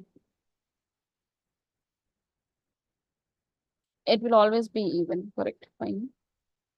So it can be 2, either it can be 4, it can be 6. What else it can be?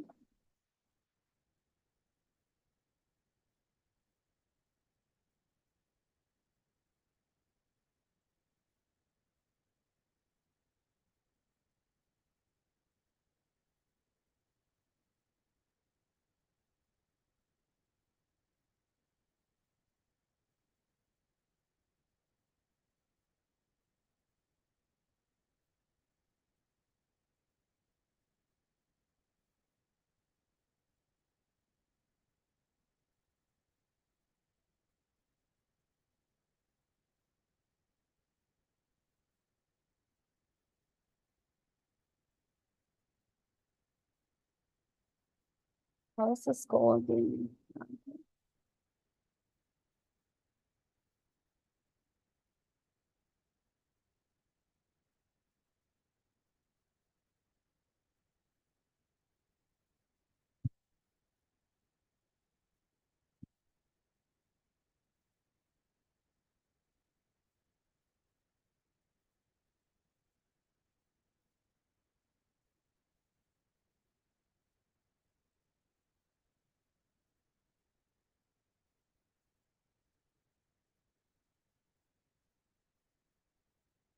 Okay.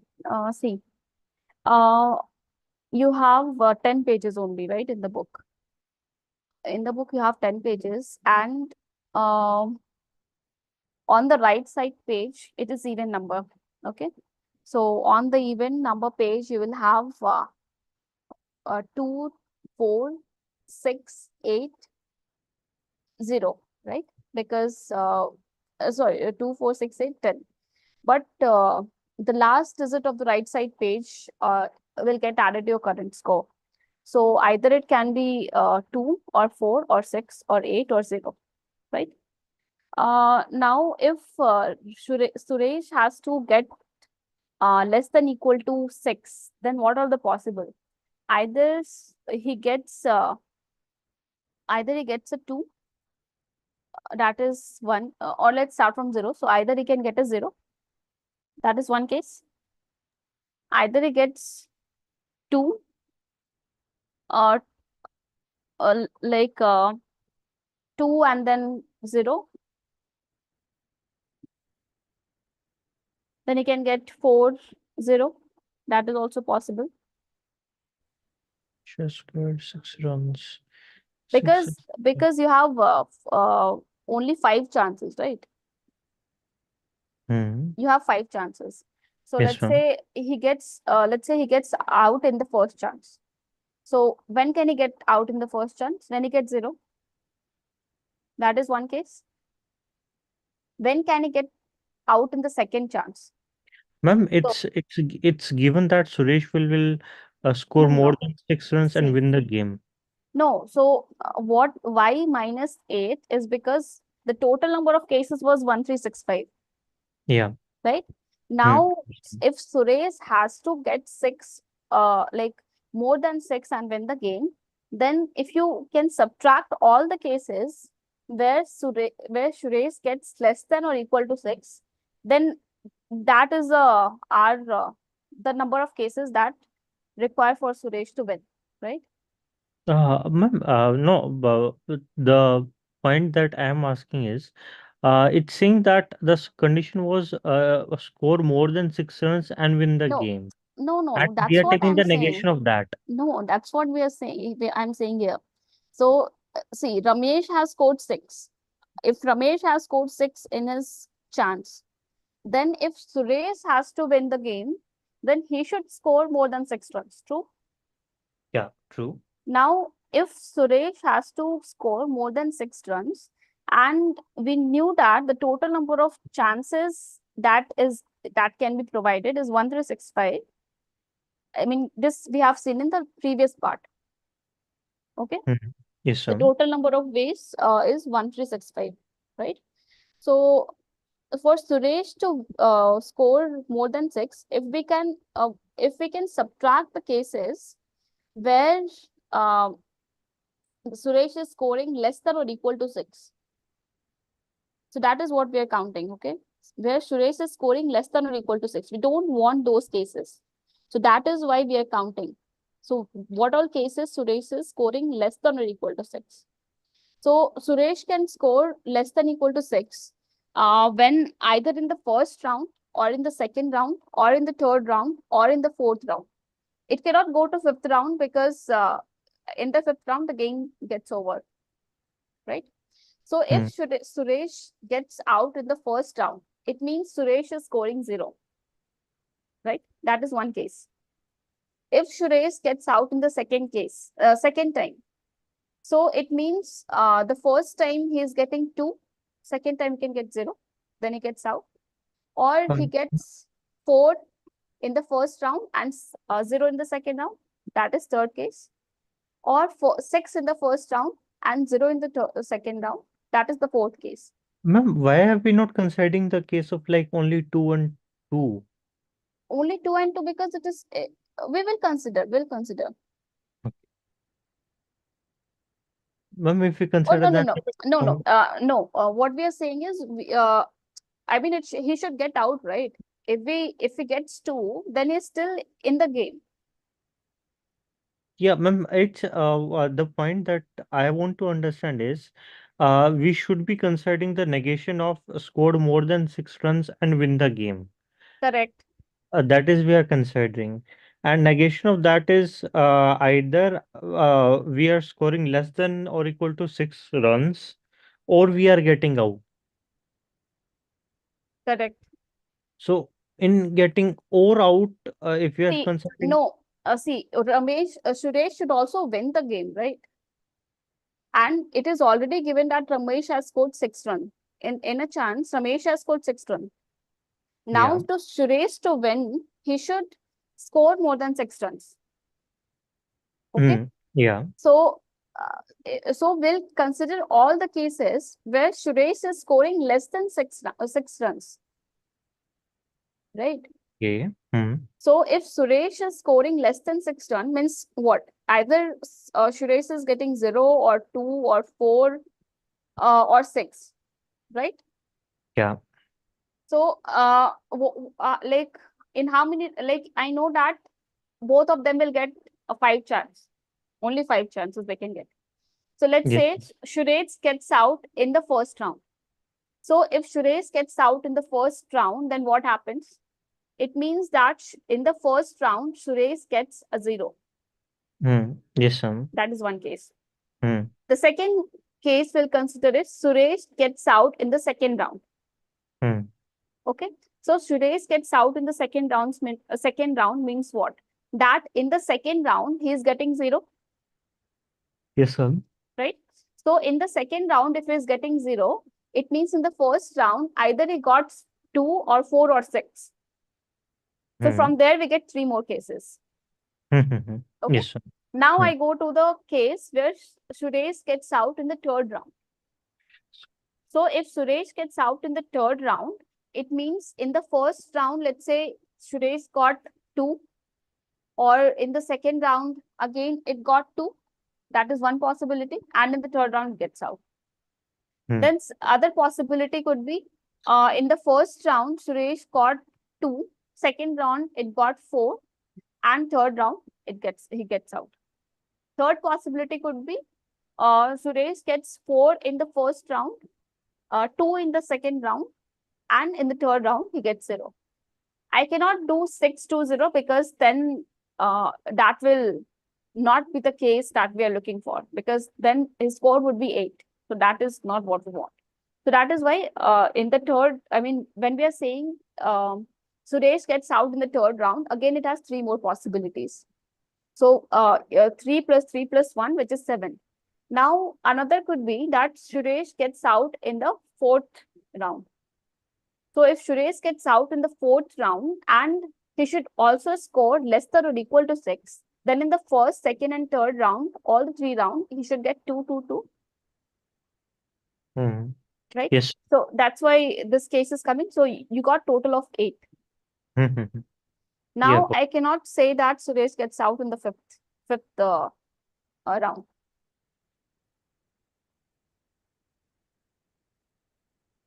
Because then he will score more than 6, right? Yes, sir. So that's why this 8 is getting subtracted. Yeah?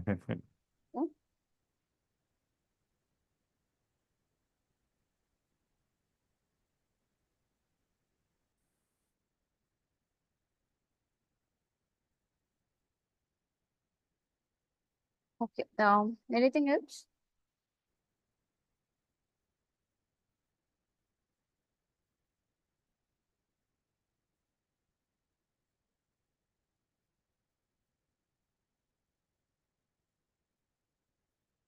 Okay, if there is nothing else, maybe we can close the session.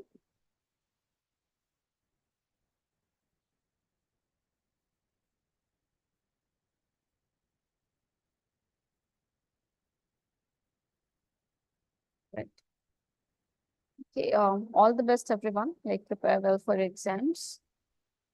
Thank you, ma'am. Yeah, thank you.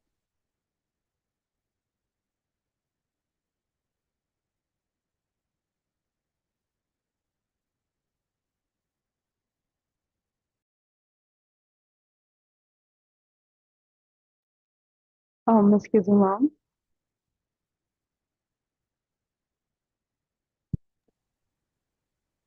Yes, tell me. Ma'am, the last question we were discussing, right? I'm sorry, I lost connection. Was it a binomial distribution that we were following to solve? The cricket question. Yeah. I didn't look at all the question properly because the doubt was more on why are we subtracting 8 cases.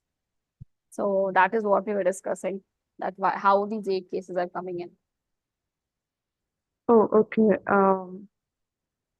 Okay. Yeah. Ma'am, but can binomial be applied on that kind of question? Just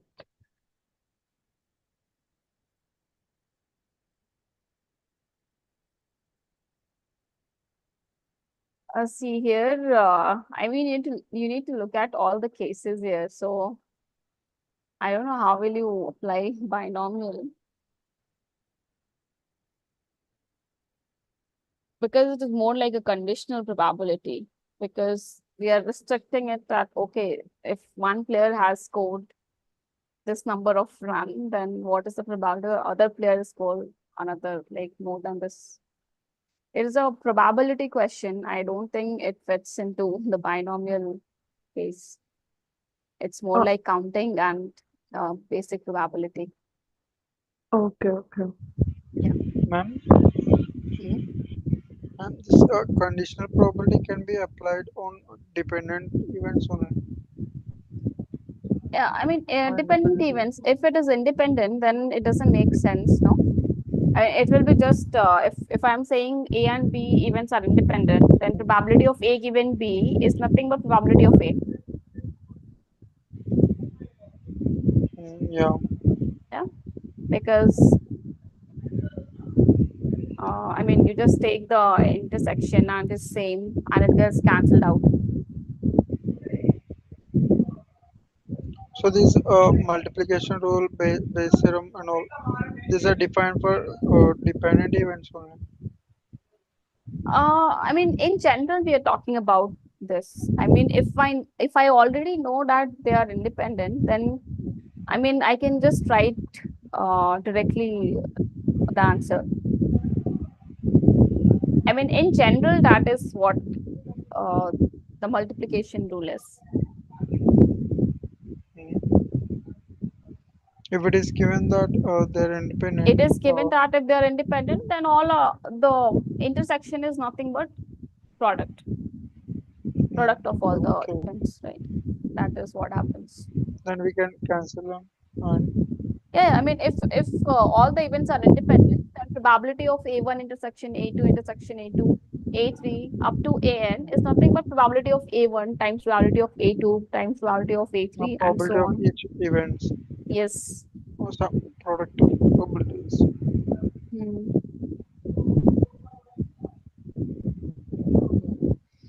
Okay. Yeah. Okay.